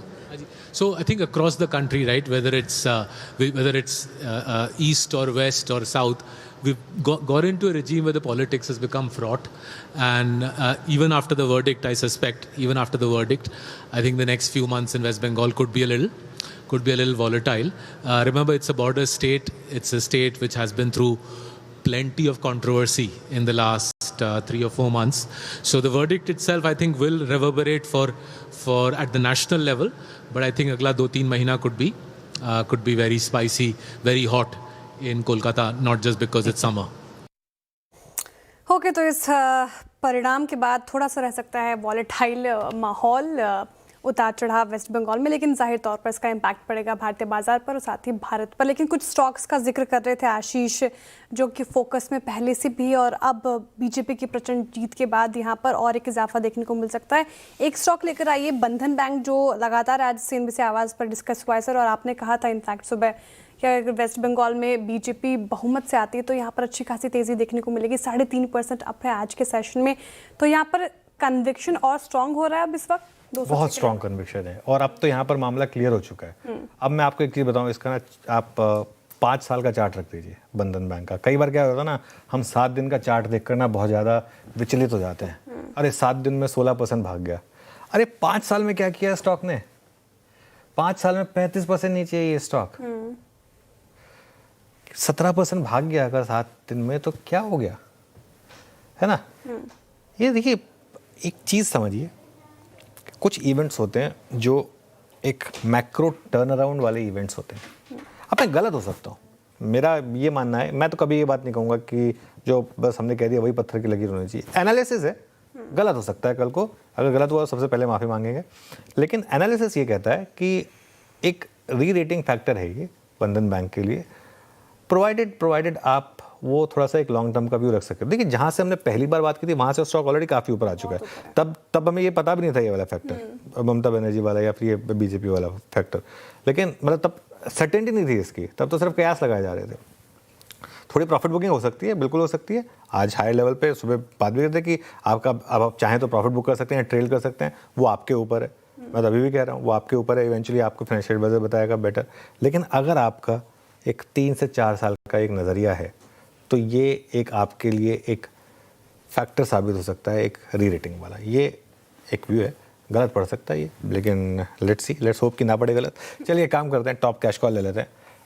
टॉप कैश कॉल्स लेंगे हम गावस्कर से, मानस जी से और सोमिल जी से. गावस्कर बताइए आपकी कैश कॉल. मेरे ख्याल से good afternoon to you. Stock का नाम है आरती फार्मा. बहुत ही अच्छा मोमेंटम है, ट्रेड कर रहा है करीब 800 के 1 के आसपास. स्टॉप लगाएंगे 780 का, 20 रुपए का है. अगर कल तक भी ट्रेड स्पिल ओवर हो सकता है, टारगेट रहेगा 830 से 850. ये एक जोन है, मेरे ख्याल से वहां तक जाना चाहिए. आरती फार्मा. ओके, आरती फार्मा प्रकाश सर की कॉल 802 पे. मानस आपका ट्रेड कैश कॉल. तो देखिए, कैश में आयन एक्सचेंज पे खरीदारी करने की राय रहेगी. यहाँ पर अगर आप देखें तो कंसोलिडेशन हो रहा था. आयन एक्सचेंज लगातार 20 मूविंग एवरेज के आसपास कंसोलिडेशन दिखा रहा था, लेकिन आज के पैटर्न को देख के लग रहा है कि स्टॉक नेक्स्ट मूव के लिए तैयार है. 400 रुपए की स्टॉप लॉस खरीदारी करेंगे, 430 रुपए तक के टारगेट्स पॉसिबल है. आयन एक्सचेंज मानस जी को भा रहा है कैश के लिए. सोमिल जी, आपका कैश काउंटर क्या होगा? मेरा कैश काउंटर होगा थर्मैक्स में लास्ट 2 हफ्तों से एक फ्लैग पैटर्न बन रहा है, जो आज के ट्रेडिंग सेशन में डाउनवर्ड स्लोपिंग ट्रेंड लाइन का ब्रेकआउट मिला है. प्रीवियस स्विंग हाई अभी तक टूटा नहीं है, लेकिन मैं प्रीएम कर रहा हूँ कि ये प्रीवियस स्विंग हाई ऊपर की तरफ टूटेगा. Will get a breakout. 10 daily moving average पे सपोर्ट है. ग्रेट सेटअप, ऑलरेडी एक अप ट्रेंड में है, मुझे लगता है ये कंटिन्यू रहेगी अप ट्रेंड. ऊपर में टारगेट्स रहेंगे 4400 और नीचे में स्टॉप लॉस रहेगा 4020. मैक्स आपका बाय कॉल 4157 पे पूरा का पूरा ये पैक अच्छा कर रहा है अब एक काम करते हैं, एक नजरिया और लेते हैं। एक्सिस सिक्योरिटी से राजेश पाल भी इस कार्यक्रम में जुड़ चुके हैं। राजेश, गुड आफ्टरनून, कार्यक्रम में स्वागत है। राजेश, इंडेक्स रेंज में but stock specific move strong है, आप क्या पिक कर रहे हैं इस वक्त? गुड आफ्टरनून वीरेन जी, गुड आफ्टरनून एवरीवन। सो यहाँ पे स्टॉक में जो पसंद आ रहा है वो मेटल स्पेस से सेल हमें पसंद आ रहा है, स्टील अथॉरिटी ऑफ इंडिया। यहाँ पे अगर हम देखें तो स्टॉक में एक रैली के बाद एक ब्रीफ कंसोलिडेशन हमने पिछले 1-2 ट्रेडिंग सेशन में देखने को मिला, और आज जिस तरीके से वापस स्टॉक अपने लास्ट 3 दिन के स्विंग हाई को क्रॉस करते हुए दिख रहा है, हमें लगता है सेल यहाँ से मोमेंटम 195-196 की तरफ कैरी करते हुए दिखेगा।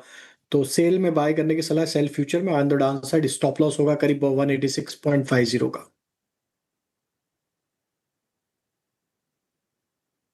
ओके, सेल 187 पे आपका बाय कॉल, राजेश जी की कॉल 187 पे, और लुक एट बाइंग। दरअसल हुआ क्या था, सीरीज़ के पिछले मतलब अप्रैल सीरीज़ के अंतिम दिनों में ये काफ़ी दबाव में था, क्योंकि ये डेरिवेटिव बैन में होता था, लेकिन अब वो दबाव ऐसे नहीं है। यहाँ पे 18.88 CR का आउटस्टैंडिंग हुआ, करीब 37 लाख का यहाँ पे बिल्डअप है आज, ह्यूज। मेटल्स भी कुछ और स्टॉक्स को देखिए, लुक एट JSPL चला आज, हालांकि थोड़ा सा बैकफुट पे आगे बाद में, that's something different, but it's doing still well.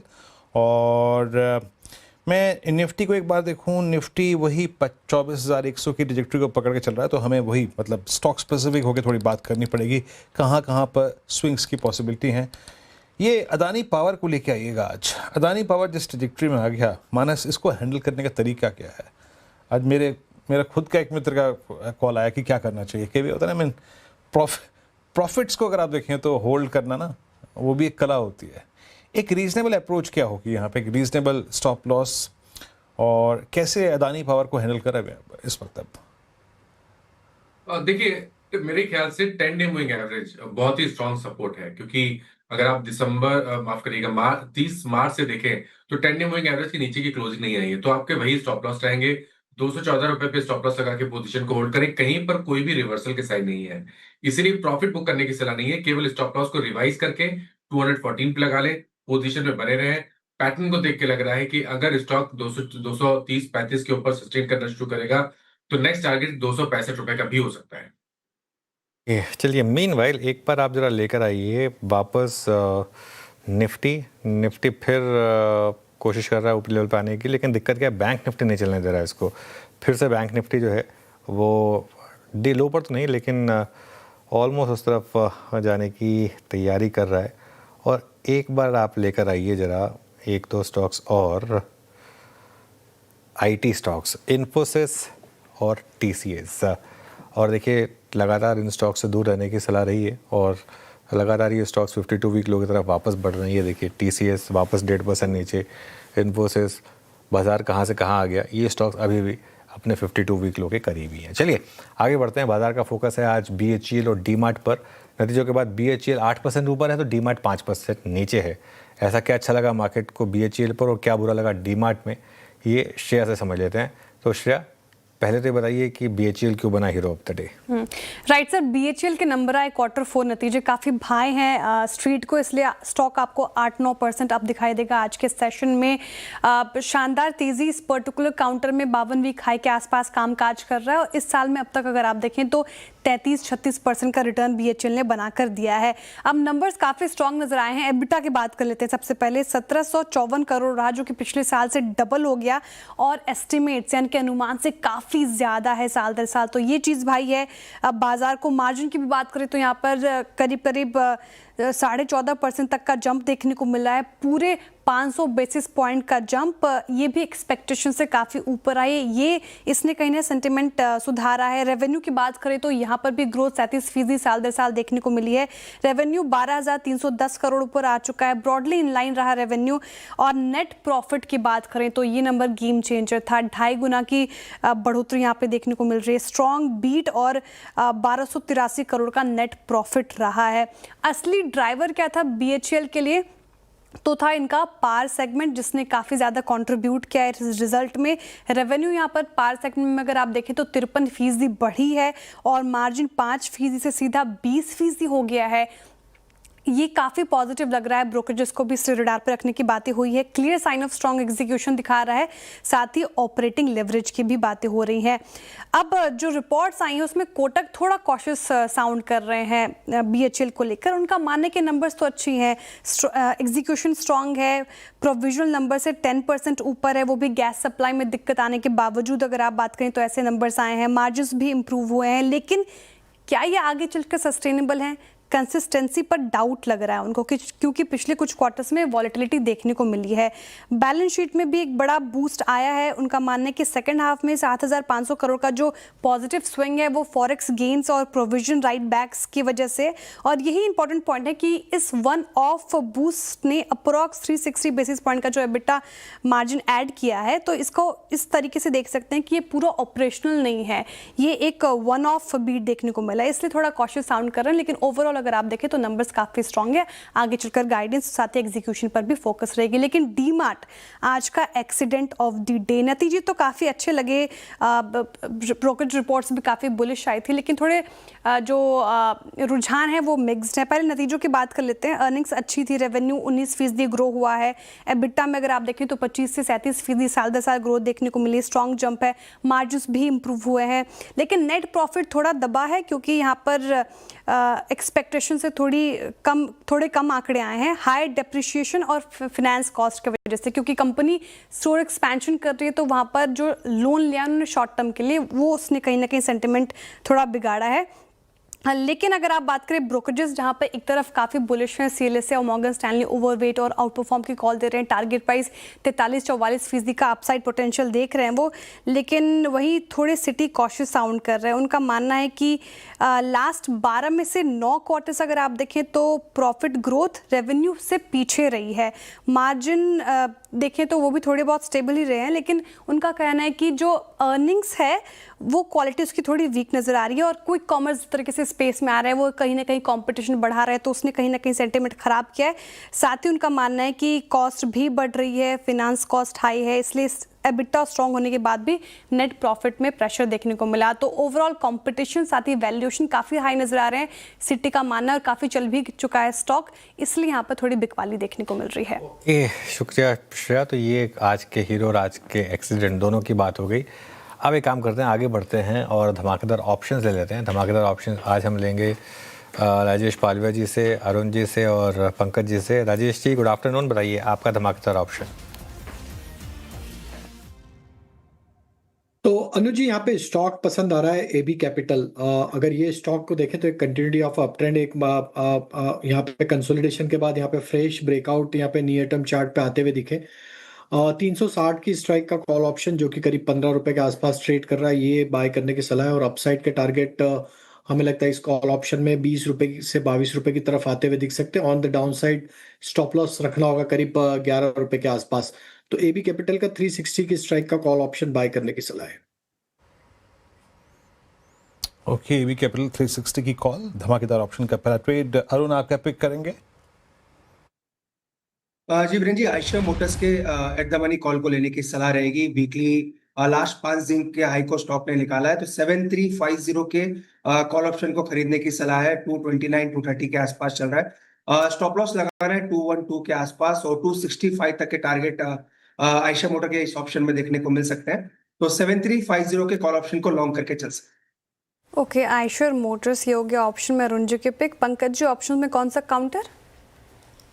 जय जी, भेल के 390 के कॉल ऑप्शन पर खरीदारी की सलाह रहेगी। ऊपरी लेवल से काफी अच्छा खासा गिरावट देखने मिला, और वो एक रिट्रेसमेंट की है, इनहेरेंट स्ट्रेंथ काफी है काउंटर के अंदर। तो भेल के 390 की कॉल ऑप्शन पे खरीदारी की सलाह रहेगी। 10 रुपए के आसपास अभी फिलहाल चल रहा है। 7 रुपए 80 पैसे का एक स्टॉप लॉस हम लोग यहाँ पे मेंटेन करेंगे। ऊपरी लेवल पर मुझे लगता है 16 रुपए तक के टारगेट्स देखने मिल सकते हैं, बशर्ते 1 या 2 दिन का वेट करना होगा। ओके, तीनों ट्रेड्स हो गए ऑप्शंस के। अब एक काम करते हैं, थोड़ा सा मैं ऑटो में चल रहा हूँ, सिंस ऑटो भी एक क्रिटिकल डे था ऑटो के लिए। सेल्स नंबर्स पे मैं रिएक्ट करना था। जो सबसे बुरे 2 रिएक्शंस हैं एज ऑफ नाउ स्क्रीन पे, जो कि चार्टी के लिए अगर आप देखें तो आपको एक ब्रेकडाउन की तरफ संकेत दे रहे हैं। एक लूँगा मैं प्रकाश सर से, उससे पहले अगर आप देखें एक लेता हूँ मैं मानस से। मानस, फोर्स मोटर्स मेरे ख्याल से आज नहीं, मार्च की सीरीज में सबसे स्ट्रॉन्ग स्टॉक था। बीच में एक बार फिर से अप्रैल सेकेंड वीक में मोमेंटम आया, बट अब ये मेरे ख्याल से 17 मार्च के बाद पहली बार टू इंडिया पे प्रोसीड कर रहा है। Extra ordinary selling pressure. आप कैसे मतलब क्लाइंट्स को क्या समरी दिया, सजेस्ट किया है, ट्रेड कैसे कर रहे हैं आप फोर्स मोटर्स पे? देखिए 6,000 से लेकर 26,000 ये एक नॉन स्टॉप रैली थी स्टॉक के लिए।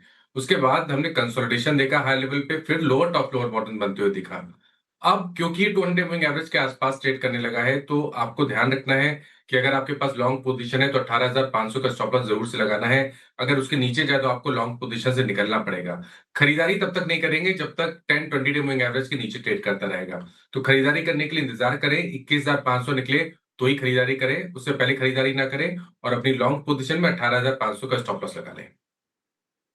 ओके, फोर्स मोटर्स पर ये व्यू हो गया। स्टॉक में आज प्रेशर है, 3% नीचे कामकाज करता हुआ नजर आएगा। लेकिन अदानी ग्रुप के स्टॉक्स अगर आप देखिए, यहाँ पर तूफानी तेजी देखने को मिल रही है। इनफैक्ट पिछले एक महीने के दौरान अगर आप देखें तो अदानी ग्रुप के शेयरों में 60% तक की हमें बढ़ोतरी देखने को मिली। अडानी पोर्ट्स का शेयर एक महीने में 30%, जी हाँ 30% ज़्यादा भागा है। ब्रोकरेजेस हाउसेस भी काफ़ी बुलिश नज़र आ रहे हैं अदानी पोर्ट्स पर। ब्रोकरेज रिपोर्ट्स में क्या कुछ बातें कही गई है, पूरी डिटेल समझ लेते हैं नुपुर से। Nupur, good afternoon. Adani group के स्टॉक सिर्फ आज ही नहीं, पिछले कुछ सत्रों से अगर आप देखें तो फोकस में है, कारण क्या है? बिल्कुल, गुड आफ्टरनून। अदानी ग्रुप के शेयर लगातार फोकस में बने हुए, इनफैक्ट काफ़ी सारी खबरें भी यहाँ पर आती हुई नजर आई। आज भी देखें तो आपको 5 से 6% की अच्छी खासी अपमूव यहाँ पर हर एक स्टॉक में नजर आएगी। और पिछले एक महीने की बात करें तो सबसे ज़्यादा अदानी ग्रीन ने रिटर्न दिया है, करीबन 60% ये स्टॉक ऊपर आपको दिखेगा।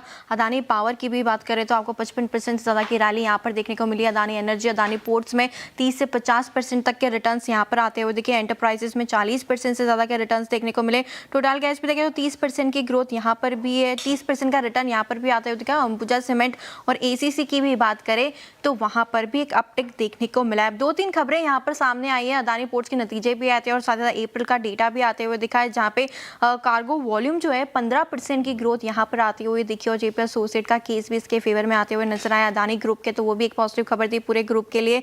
साथ ही साथ आज सुबह अदानी पोर्ट्स में एक बड़ी डील भी हुई है, करीबन 2% इक्विटी एक्सचेंज होती हुई नजर आई है। 4.6 करोड़ शेयर्स यहाँ पे इक्विटी जो है वो ब्लॉक डील के जरिए एक्सचेंज होती हुई दिखी है, तो हो सकता है एक बड़ा एफआईआई नाम यहाँ पे सामने आते हुए नजर आए।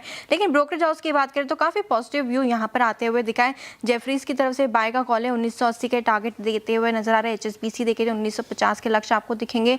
नोमुरा ने भी 1930 के लक्ष्य दिए और गोल्डमैन भी पीछे नहीं है, 1710 के लक्ष्य यहाँ पर देते हुए दिखे।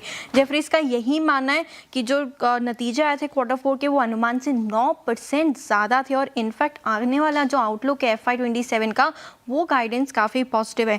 HSBC ने भी टारगेट प्राइस रेज किया है। Q4 में 20% की ग्रोथ अनुमान से ज़्यादा देखने को मिली थी। क्षमता विस्तार और केपेक्स की जो पाइपलाइन है वो आगे चल के ग्रोथ जो है वो सपोर्ट करती हुई नजर आएगी। नोमुरा का भी यही मानना है कि Q4 का प्रदर्शन काफ़ी दमदार था, आउटलुक उससे भी ज़्यादा बेटर नजर आ रहा है FY27 के लिए। और गोल्डमैन सैक्स का भी यही कहना है कि FY27 में 11 से 16% की रेवेन्यू ग्रोथ की जो गाइडेंस दी है वो काफ़ी सपोर्टिव है ग्रोथ को लेकर अदानी पोर्ट्स को, तो काफ़ी पॉजिटिव है। और एक महीने में काफ़ी कुछ यहाँ पर देखने को मिला है पूरे अदानी ग्रुप स्टॉक्स में। कि पूरे अदानी ग्रुप में ज़बरदस्त रैली है इस समय। चलिए काम करते हैं, 4 का चौका ले लेते हैं, उसके बाद आगे बढ़ेंगे। सस्ता ऑप्शन ट्रेड लेंगे मानस जी से, फिर चलेंगे राजेश पालवे जी के पास एफएनओ सुपरस्टार के लिए, चार्ट का चमत्कार के लिए सौमिल जी के पास, और मिड कैप फंडा के लिए शरद अवस्थी जी हमारे साथ हैं। तो मानस जी बताइए आपका सस्ता ऑप्शन। देखिए सस्ता ऑप्शन के लिए लॉरेस लैब पे मेरा ध्यान है, जहां पर एक फ्लैग पैटर्न का ब्रेकआउट है। तो लॉरेस लैब का 1170 वाला कॉल ऑप्शन जो 37 रुपए पे ट्रेड हो रहा है उसमें खरीदारी करेंगे। 29 रुपीज का स्टॉप लॉस लगा लेंगे और 55 रुपीज के टारगेट सेट कर लेंगे।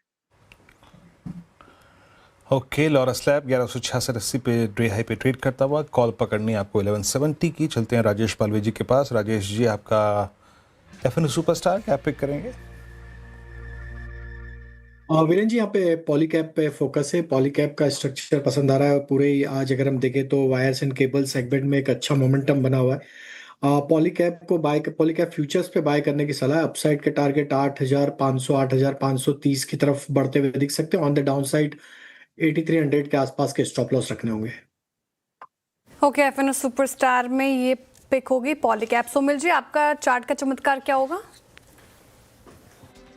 मैं चार्ट के चमत्कार में ऑन द शॉर्ट साइड जाना चाहूंगा। On the IT sector TCS मुझे वीक लग रहा है, इनफैक्ट इन्फोसिस भी थोड़ा सा वीक लग रहा है। So the large caps are looking weak in IT sector. TCS में एक फ्लैग पैटर्न छोटा सा बना है, एग्जैक्टली 20 डेली मूविंग एवरेज के नीचे रेजिस्टेंस है, और आज के ट्रेडिंग सेशन में फिर से एक डाउन ट्रेंड शुरू हुआ है।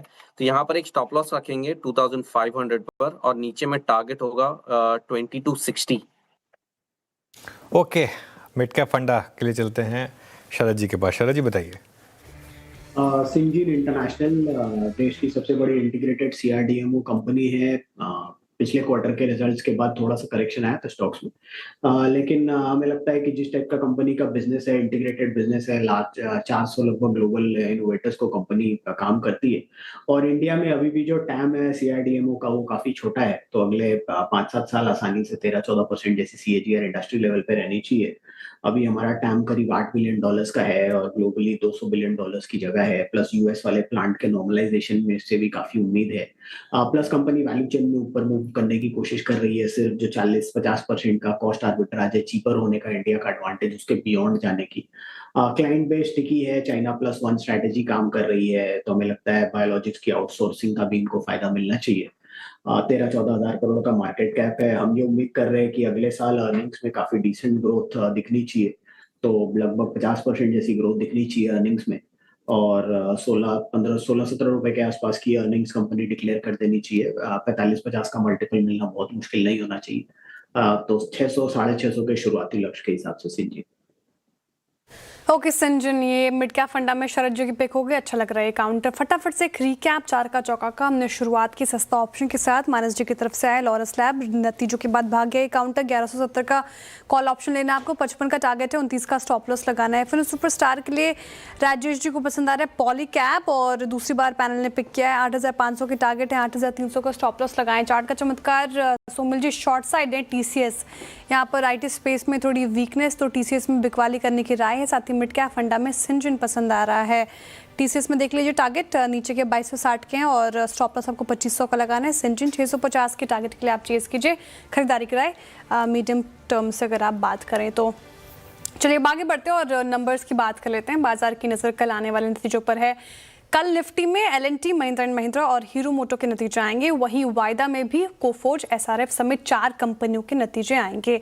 नतीजों का अनुमान बताने के लिए हमारे साथ जुड़ रही हैं दीपाली राणा, कंचन नौटियाल और आशीष चतुर्वेदी। दीपाली, पहले आपके पास आना चाहूंगी। Good afternoon to you. Hero Moto और महिंद्रा एंड महिंद्रा के नतीजे कैसे रह सकते हैं?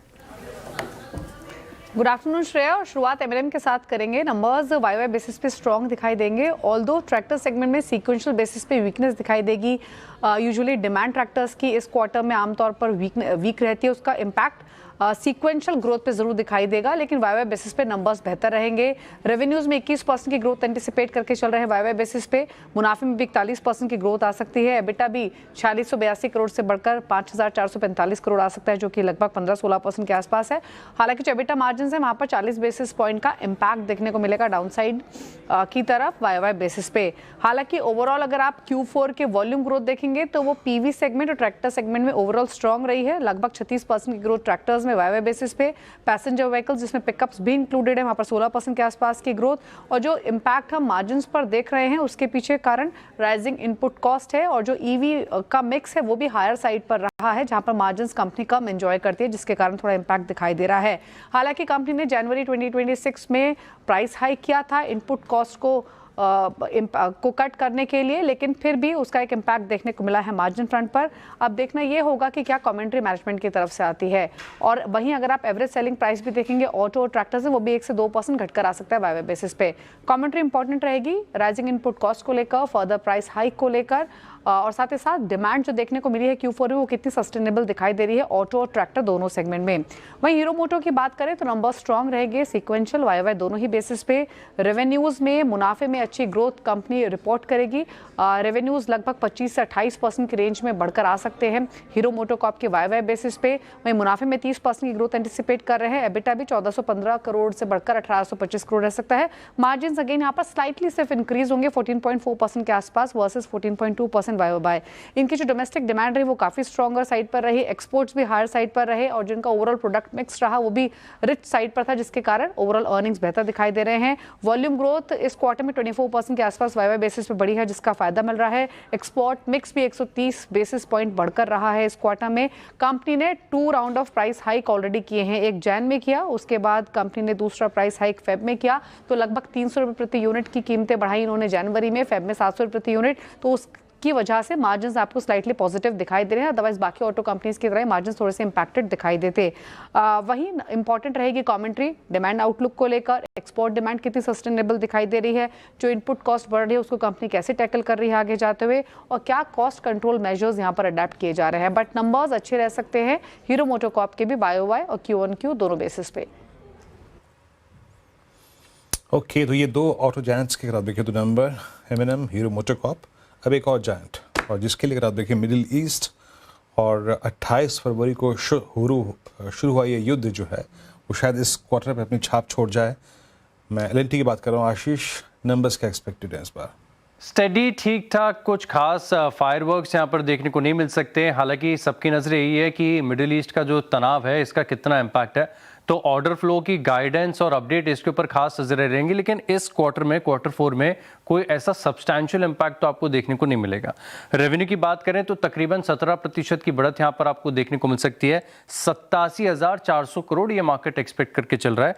एबिटा के फ्रंट पर देखें तो स्टेडी, ठीक ठाक, जैसा L&T हमेशा परफॉर्म करता है कि 11% की बढ़त है, 8,200 करोड़ से बढ़कर 9,100 करोड़ का एबिटा यहाँ पर एक्सपेक्टेड है। मार्जिन्स में ज़रूर थोड़ा सा डेंट देखने को मिल सकता है क्योंकि जो सप्लाई चेन के डिसरप्शंस है ये थोड़ा सा इम्पैक्ट करते ही हैं। 11% के आसपास के एबिटा मार्जिन पिछले साल थे, जो कि इस बार घटकर 10.5% देखने को मिल सकते हैं, और मुनाफे के आंकड़े में मामूली 4% की गिरावट यहाँ पर देखने को मिल सकती है।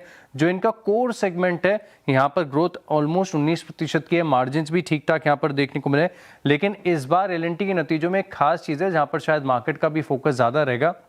इनकी जो सब्सिडरीज है, एक तो LTM है, LTTS है, और दोनों की वैल्यूएशन में गिरावट आ गई है। और सभी एनालिस्ट ने इनके जो मॉडल्स हैं, फैक्टर्स जो कर रहे हैं, इसमें भी थोड़ी सी गिरावट यहाँ पर दिखाई है। तो क्योंकि इनका स्टेक है और इनकी जो SOTP वैल्यूएशन में L&T का बड़ा एक इम्पैक्ट यहाँ पर आ जाता है, तो अगर इसमें कोई इम्पैक्ट होता है तो फिर यहाँ पर इनके वैल्यूएशन पर एक असर देखने को मिल सकता है। बाकी कमेंट्री ऑर्डर फ्लो के लिहाज से, आउटलुक के लिहाज से बहुत ज़्यादा की मॉनिटरेबल है, नंबर स्टडी देखने को मिलेंगे। चलिए अब आगे बढ़ते हैं। कुछ मिड कैप कंपनियां कोफोर्ज और SRF, यहाँ क्या एक्सपेक्ट करें कंचन? जी, कोफोर्ज के नंबर्स के साथ स्टार्टिंग करें तो नंबर्स हमें यहाँ पे ठीक ठाक देखने को मिल सकते हैं। कोई मेजर आप यहाँ पे बड़ी एक्सपेक्टेशन लगा के इस टाइम पे ना चले। देखिए पैट फ्रंट पे आपको देखेंगे कि काफ़ी बड़ा हमें चेंज आता हुआ दिखाई देगा, बिकॉज पिछले बार जो लेबर लॉ है उसके चलते यहाँ पे काफ़ी जो लो बेस है वो देखने को मिला था, इसलिए नंबर यहाँ पे आपको काफ़ी बड़ा देखने को मिलेगा। डॉलर रेवेन्यू टर्म्स में अगर बात करी जाए तो यहाँ पे 1 से 2% का जो अपसाइड है वो मार्केट इस टाइम पे अनुमान लगा के चल रहा है। मार्जिन्स में हालांकि हमें एक स्लाइटली इंक्रीमेंट जो है वो देखने को मिल सकता है, बिकॉज इस टाइम पे जो एनालिस्ट है वो ये मान रहे हैं कि जो वेज हाइक का हेडविंड्स थे वो अब कहीं ना कहीं कंपनी पीछे छोड़ती हुई दिखाई दे रही है। लेकिन अगर इस क्वार्टर के रिजल्ट को आप कंपेयर करेंगे पहले के क्वार्टर से, तो यहाँ पे जो हमें ग्रोथ है थोड़ी सी स्लोअर साइड में जाती हुई दिखाई दे रही है। मार्जिन्स में जहां पे हमें वेज हाइक के जो हेडविंड्स का जो पीछे छूट गए हैं उसका बेनिफिट मिलेगा, लेकिन हो सकता है कि यहां पे हमें एक वन ऑफ का इम्पैक्ट भी आता हुआ दिखाई दे। इनका जो ट्रैवल वर्टिकल है इस टाइम पे काफ़ी ज़्यादा इंपॉर्टेंट होने वाला है, बिकॉज जो वॉर रिलेटेड कंसर्न्स हैं इस टाइम पे काफ़ी ज़्यादा दमखम दिखाते हुए नज़र आ रहे हैं। साथ ही जो इनकी बाकी की जो पॉलिसीज़ है, पोटेंशियल एंगेजमेंट है, वहाँ पे भी हम एक डिले जो है वो देख सकते हैं। लेकिन इसके बाद जो मैनेजमेंट की कमेंट्री है एनकोरा के एक्विजिशन के ऊपर वो काफ़ी ज़्यादा इंपॉर्टेंट होगी। और साथ ही साथ अभी हमने रिसेंटली देखा था जो स्पिरिट एयरलाइन है उसका क्लोजर हुआ है, उसके ऊपर मैनेजमेंट का क्या कहना है, तो नंबर हमें ठीक ठाक देखने को मिल सकते हैं। आगे बढ़ा जाए, SRF के नंबर्स की बात करें जाए तो नंबर्स यहाँ पे हमें अच्छे देखने को मिल सकते हैं। रेवेन्यू फ्रंट में 10 से 12% ग्रोथ की जो उम्मीदें हैं वो जताई जा रही है। एबिटा फ्रंट पे भी नंबर्स हमें स्टेडी देखने को मिल रहे हैं और मार्जिन्स भी यहाँ पे हमें ठीक ठाक जो है इस टाइम पे दिखाई दे रहे हैं। देखिए जो इनका पैकेजिंग का बिजनेस है ये इस टाइम पे आपको बेटर मार्जिन्स प्रोवाइड करते हुए दिखाई दे सकता है। जो इनके बाकी जो फिल्म्स हैं और जो इनके टेक्सटाइल बिजनेस है वहाँ पे भी अच्छी ग्रोथ है वो देखने को मिल सकती है। साथ में जो वॉल्यूम्स है वो हमें पॉजिटिव साइड में देखने को मिल सकते हैं, स्पेशली अगर हम बात करें इनका जो स्पेशलिटी सेगमेंट है वहाँ पे। साथ में लेकिन एक कंसर्न इनका ये बना हुआ है कि जो रेफ्रिजरेटर गैस को लेके कंसर्न्स इस टाइम पे बने हुए हैं, एक्सपोर्ट को लेके जो वॉर रिलेटेड इस टाइम पे चिंताएं चल रही है, वहाँ से हो सकता है कि हमें जो हेडविंड्स है वो आते हुए दिखाई दे। लेकिन आपको फोकस रखना होगा कि जो रेफ्रिजरेटर के प्राइसिंग है, गैस को लेके डिमांड आउटलुक कैसा है, कॉम्पिटिटिव इंटेंसिटी कैसी है, और साथ में जो मिडिल ईस्ट का इम्पैक्ट है वो कंपनी के रॉ मटेरियल में किस तरीके से होवर करता है। लेकिन at the face of it numbers ठीक दिखाई दे रहे हैं। ओके, नंबर्स ठीक दिखाई देंगे एसआरएफ के केस में। चलिए अब आगे बढ़ते हैं और हमारे साथ सिट्रस एडवाइजर्स के फाउंडर संजय सिन्हा जुड़े हैं, उनसे बात करेंगे। Sanjay ji, good afternoon. सबसे पहले तो मार्केट को आज एक अच्छी खबर मिली, फिर भी मार्केट ने उतना सेलिब्रेट नहीं किया। क्या कमी रह गई आपके हिसाब से? क्या ये जो क्रूड अभी भी 110 पर है उसका इम्पैक्ट है या कुछ और? तो ये भी हो सकता है अनुज की जो पिछले 2 सप्ताह में मार्केट ने रैली दिखाया, शायद आज उसकी डिस्काउंटिंग हो रही हो, ये भी संभव है। क्योंकि देखिए इलेक्शन रिजल्ट का बाजार के सेंटिमेंट पर असर मेरे ख्याल से बहुत टेम्पररी होगा। जो ज़्यादा बड़ा इन्फ्लुएंस है बाजार पे वो मेरे ख्याल से क्रूड के प्राइसेस और रुपये के डिप्रिसिएशन का है। और जब तक इन दोनों फैक्टर्स में कोई क्लैरिटी या कोई स्थिरता नहीं आती है तो बाजार में बहुत ज़्यादा उत्साह होना लंबे समय के लिए या फिर इवन मिड टर्म के लिए भी मुझे डाउटफुल लगता है। ओके, तो बात हो गई इलेक्शन रिजल्ट के इम्पैक्ट की। Sanjay ji, good afternoon. श्रेया बात कर रही हूँ, लेकिन स्टॉक स्पेसिफिक मूव्स तो दे रहा है मार्केट, नतीजे आए, नतीजे का रिएक्शन हमने देखा। मेरा सवाल आपसे एफएमसीजी पैक को लेकर है। इसने काफ़ी अंडर परफॉर्म किया है। हमने नेस्ले, एचयूएल, वीबीएल के नंबर देखे। एचयूएल जिस दिन रिजल्ट आए थे उस दिन थोड़ा टूटा था, लेकिन आज फिर से बाइंग नजर आ रही है। तो क्या ये एक स्पेस हो सकता है सर आने वाले समय के लिए जहाँ पर अच्छे खासे रिटर्न्स देखने को मिल सकते हैं? आपकी राय क्या होगी? देखिए एफएमसीजी का जो पैक है वो काफी समय तक अंडर परफॉर्म किया है और इस बार जो उनके नंबर्स आए हैं और जो उनकी कमेंट्री आई है, आज के जो मायूसी का जो माहौल बना हुआ है उस बैकग्राउंड में ये काफी उत्साह पैदा करता है। लेकिन अगर आप 1 साल या 3 साल के नजरिए से आउट परफॉर्मिंग सेक्टर्स में निवेश करना की सोच रहे हैं तो मुझे नहीं लगता है कि इतने लंबे समय की अवधि में एफएमसीजी के स्टॉक्स आपको आउट परफॉर्मेंस देंगे, क्योंकि हमें इस बात को नज़रअंदाज हम नहीं कर सकते कि इनकी वैल्यूएशंस बहुत रिच है और इनकी जो ग्रोथ आउटलुक है वो वॉल्यूम टर्म पे हो या वैल्यू टर्म पे हो, ये बहुत मेहनत करने पर ही डबल डिजिट में होने की संभावना है।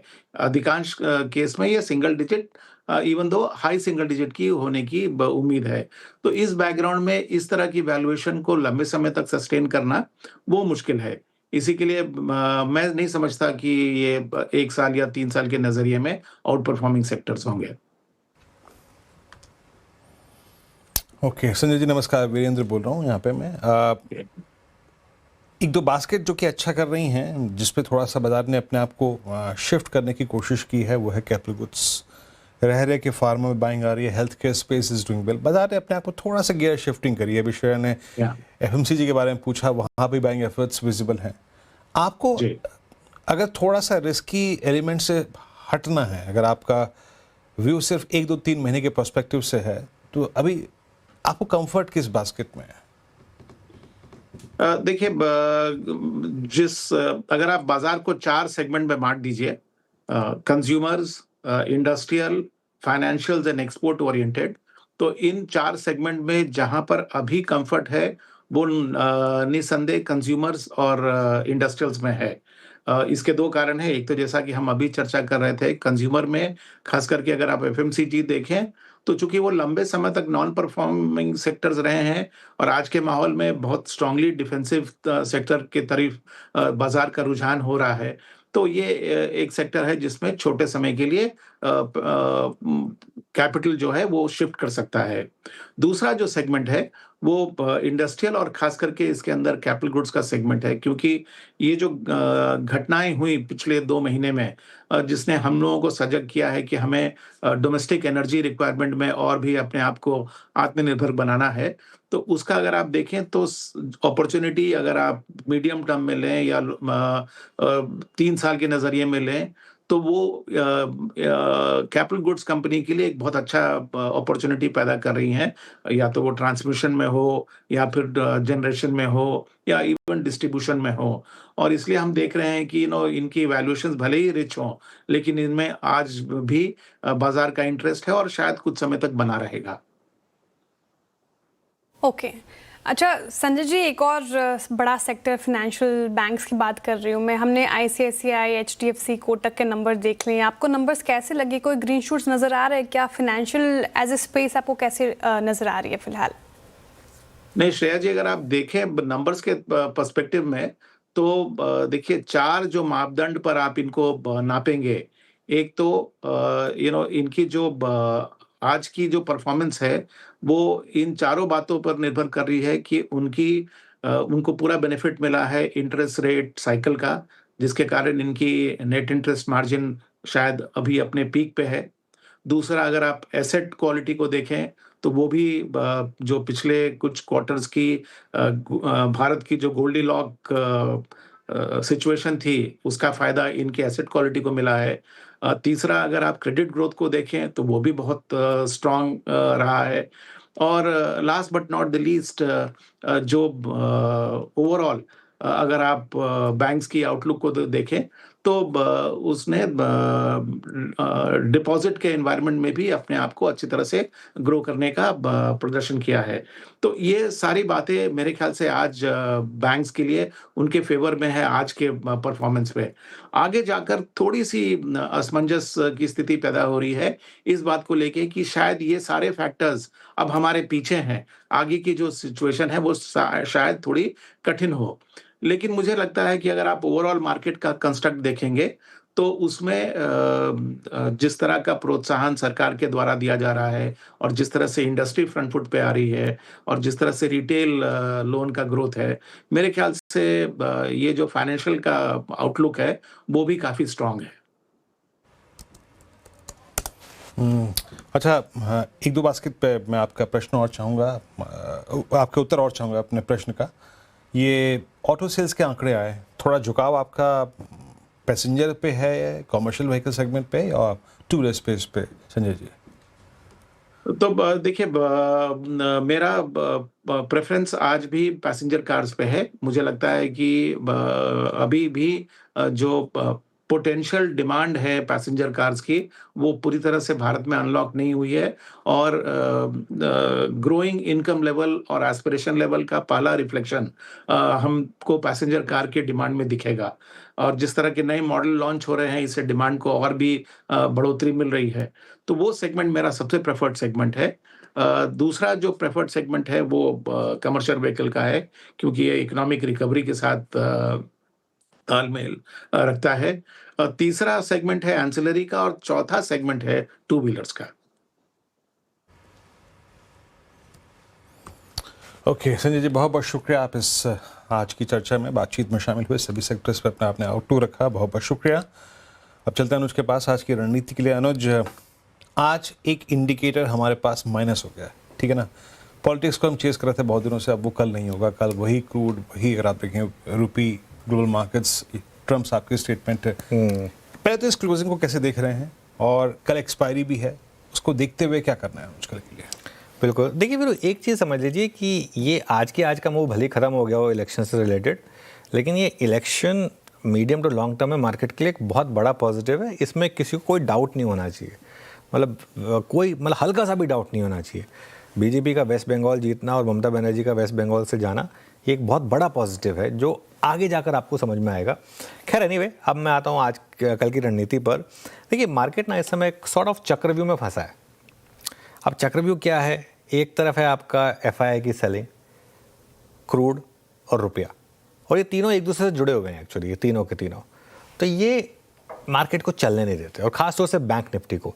जब तक ये कॉम्बिनेशन है ना, 110 का क्रूड, 95 का डॉलर रुपी और 8,000 करोड़ की, चलिए 8,000 तो एबरेशन हो गया, लेकिन 4-5 हज़ार करोड़ की भी एफआईआई सेलिंग, जब तक ये कॉम्बिनेशन है ना, बाजार नहीं चल रहा। और मैं बाजार से बार बार कहता हूँ, हम बाजार को ना लूजली निफ्टी या सेंसेक्स देखकर कह देते हैं, ठीक है?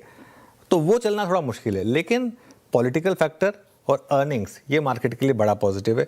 और जहाँ भी आप देखें अर्निंग्स अच्छी आ रही हैं, वहाँ पर स्टॉक्स चल रहे हैं। मिड कैप स्मॉल कैप में मैसिव रैली है। आज भी आप देखिए कितने स्टॉक्स हैं, 10 से 20% ऊपर हैं, और आज भी बहुत लोगों के पोर्टफोलियो काफ़ी अच्छे रिपेयर हुए होंगे।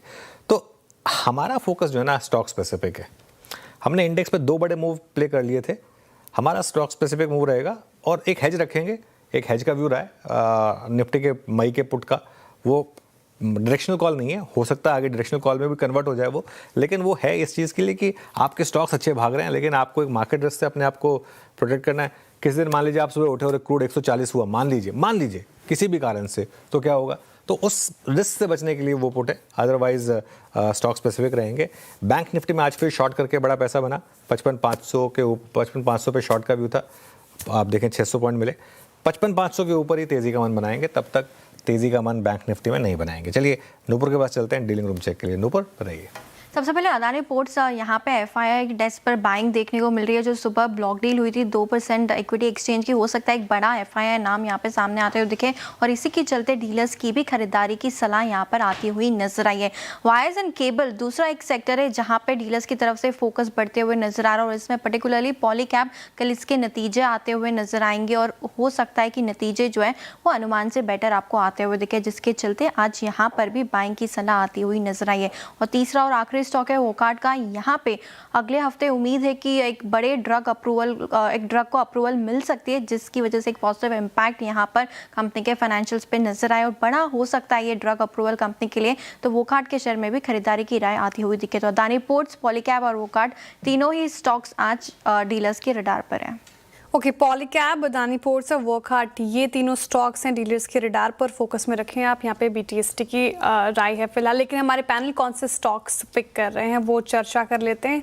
बीटीएसटी एसटीबीटी ट्रेड्स लेना शुरू करते हैं। राजेश पालवे जी, शुरुआत आपसे बताइए, कल के सेशन के लिए कौन सा स्टॉक? तो श्रेया जी, यहाँ पे डिक्सॉन टेक पे बाय करने की सलाह है। ये स्टॉक डे हाई की तरफ ही क्लोज होते हुए दिख रहा है, और हमें लगता है ये एक अपने मल्टीपल सप्लाई जोन को निगोशिएट कर रहा है। यहाँ पे एक अच्छे बड़े ब्रेकआउट की तैयारी होते हुए दिख रही है। स्टॉक के टारगेट हम एक्सपेक्ट कर रहे हैं 11,650 11,700 की तरफ। On the down side stop loss होगा करीब 11,300 के आसपास। ओके, गावा सर आप बताइए क्या ट्रेड कैरी करें आप कल के लिए? मैं शॉर्ट जाऊं और वो होगा stock CG power. CG power trade करें 802 पर। थोड़ा एग्जॉशन है और कुछ नहीं, और मेरे ख्याल से स्टॉप लगाना चाहिए करीब 815 का। डाउन साइड 780 पॉसिबल है CG power. Okay, CG power अगर आप देखें तो आपको यहाँ पे सेल कॉल है 801 पे। मानस आप क्या कैरी करेंगे? तो देखिए कोलगेट पे खरीदारी करके जाएंगे। कोलगेट में एक फ्लैग पैटर्न बन रहा है। मेरा समझना है कि यहाँ पर आपको बहुत ही जल्द ब्रेकआउट देखने को मिलेगा, तो इसके फ्यूचर में खरीदारी करेंगे। 2139 का स्टॉप लॉस लगाएंगे। 2230 2230 के टारगेट सेट करेंगे। कोलगेट, ये हो गई बीटीएसटी मानस जी की। पंकज जी, आप किस साइड है, बीटीएसटी एसटीबीटी? श्रेया जी, एसटीबीटी के साथ में जाएंगे। टाइटन के फ्यूचर्स में बिकवाली की सलाह रहेगी। 4385 की रेंज अभी फिलहाल चल रही है, तो बिकवाली की सलाह रहेगी। स्टॉप लॉस जो है 4415 रुपए का हम लोग मेंटेन करेंगे, और निचले लेवल पर मुझे लगता है 4310 रुपए तक के टारगेट्स देखने मिल सकते हैं। ओके, अरुण जी आपका ट्रेड कल के लिए?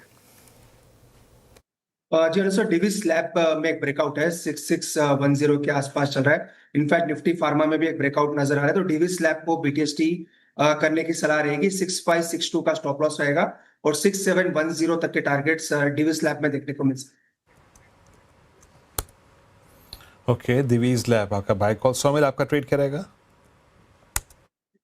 मेरा ट्रेड होगा आइनॉक्स विंड।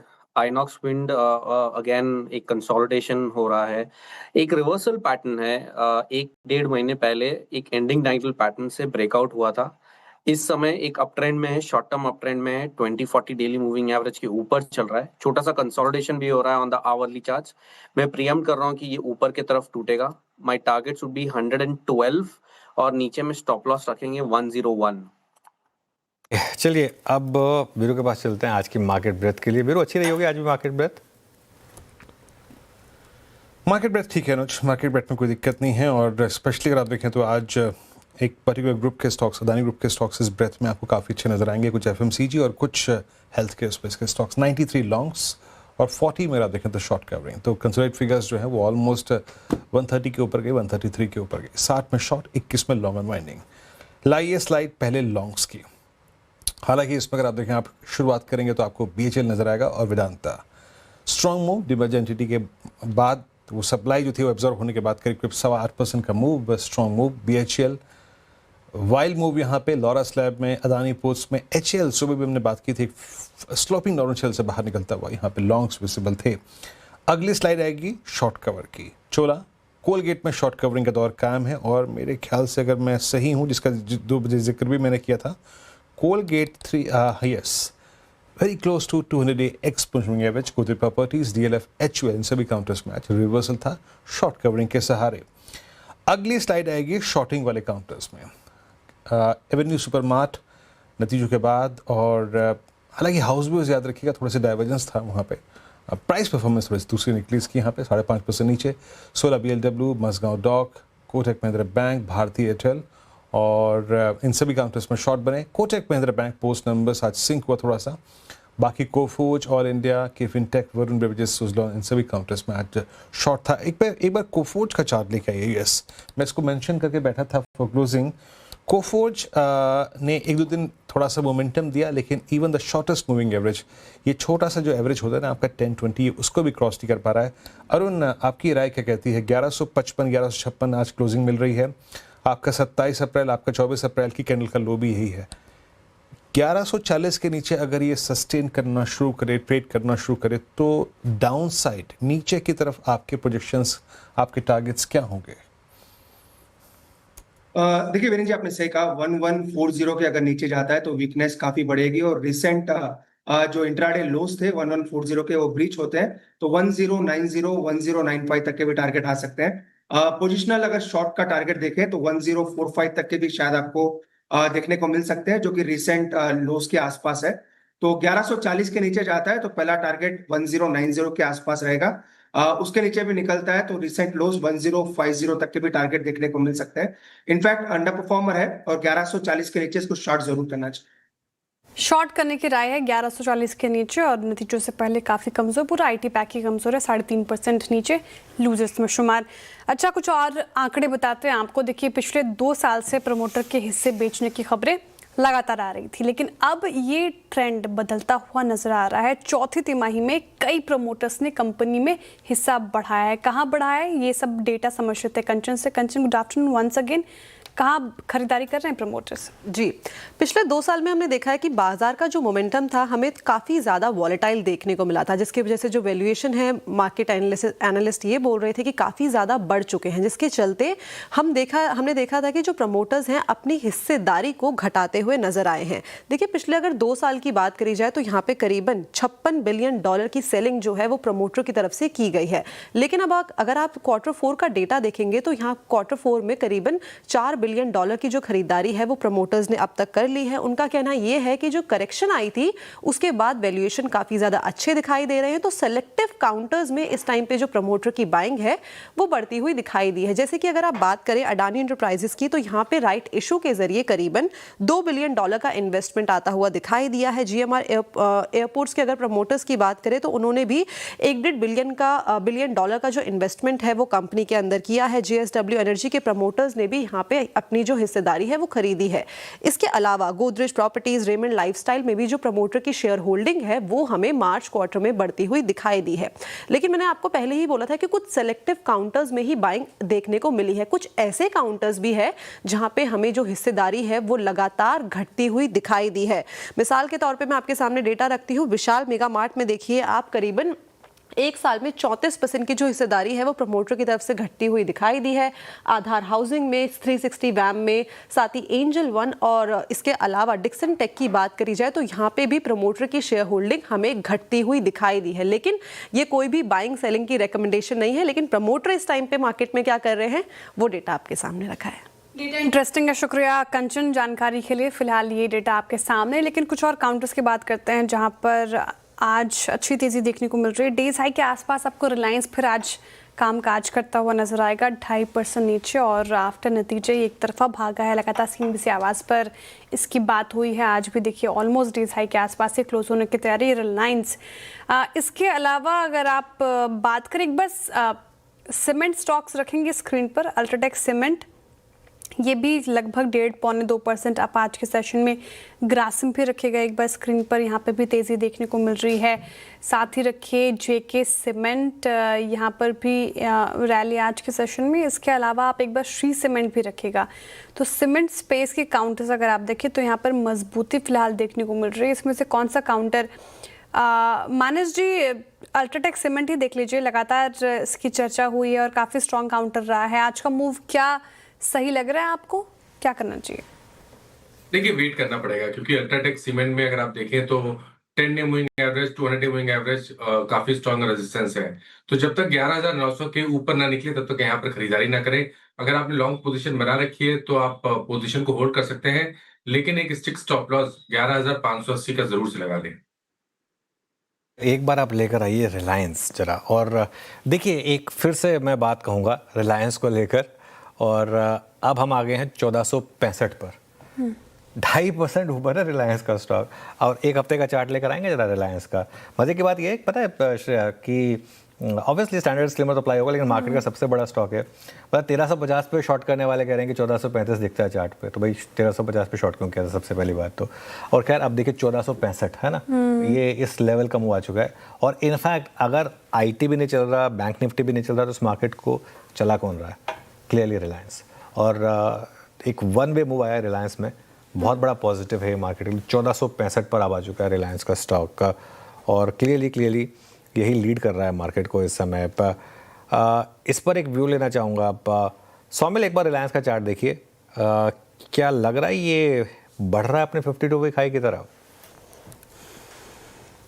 एब्सोल्युटली अनुज, बहुत पॉजिटिव हूँ मैं यहाँ पर। नीचे में जो 1312.80 के आसपास जो सपोर्ट लिया था, that was very crucial, because जो पूरी रैली हमने पहले देखी 1120 से ऊपर में 1600 की, वो पूरा का पूरी रैली का एक रिट्रेसमेंट कंप्लीट हुआ था 50% 61% के आसपास, और ये क्रूशियल लेवल्स थे। वहीं से ही बाउंस बैक दिया है। 200 डेली एक्सपोनेंशियल मूविंग एवरेज के ऊपर चल रहा है इस समय। एक डाउनवर्ड स्लोपिंग ट्रेंड लाइन ऊपर की तरफ टूटी है, वीकली स्विंग हाईज ऊपर की तरफ टूटे। I am very positive on this. खास कर के जो इन्वेस्टर्स है उनके लिए I think this is a great opportunity, और ऊपर में बहुत अच्छे टारगेट्स देखने मिल सकते हैं। In fact above 1600, probably 1650 as well. जहाँ रिलायंस डिस्क्लेमर, इस चैनल का स्वामित्व प्रबंधन रिलायंस इंडस्ट्रीज होल्ड करते हैं। इनफैक्ट रिलायंस और दूसरा स्टॉक इसी ग्रुप के अंतर्गत दैट्स जियो, ये भी डे हाई पर आके ट्रेड करता हुआ, तो दोनों ही काउंटर्स में अच्छा मूव है। टुवर्ड्स क्लोज 3-4 स्टॉक्स जो अच्छा कर रहे हैं, उसमें एक स्टॉक और मैं रखूंगा। कुछ देर पहले अनुज ने मेरे को बताया था, दैट्स आई थिंक SRF 2562 पे, ये अपने 50 डेमा को हिट करता हुआ 12 फरवरी 2026 के बाद। तो ये SRF और जियो 3 स्टॉक्स बहुत अच्छा करते हुए। खैर इस क्लोजिंग को और बारीकी से देखने में चलते हैं अनुज के पास बड़ी बॉल पर। अनुज ओवर टू यू।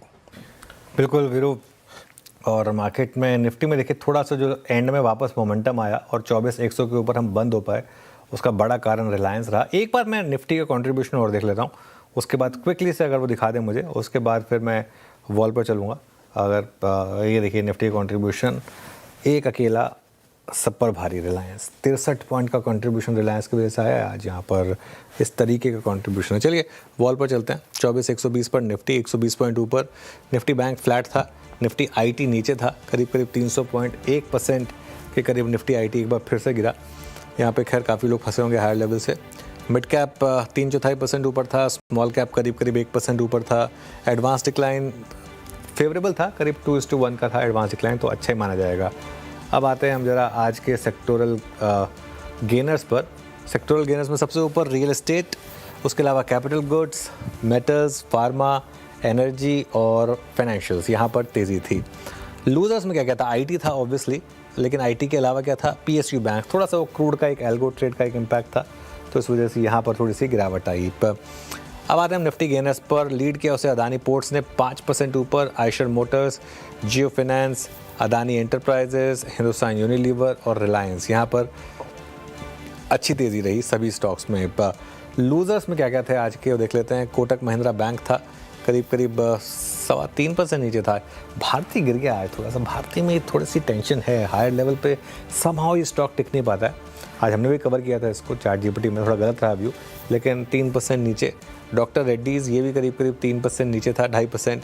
ONGC 2.25% नीचे आया। TCS में तो खैर वन वे गिरावट है, लगातार ये स्टॉक जा रहा है 52 वीक लो की तरफ, 2% नीचे था। और इन्फोसिस यहाँ पर भी हल्की सी आज गिरावट ही थी। फिर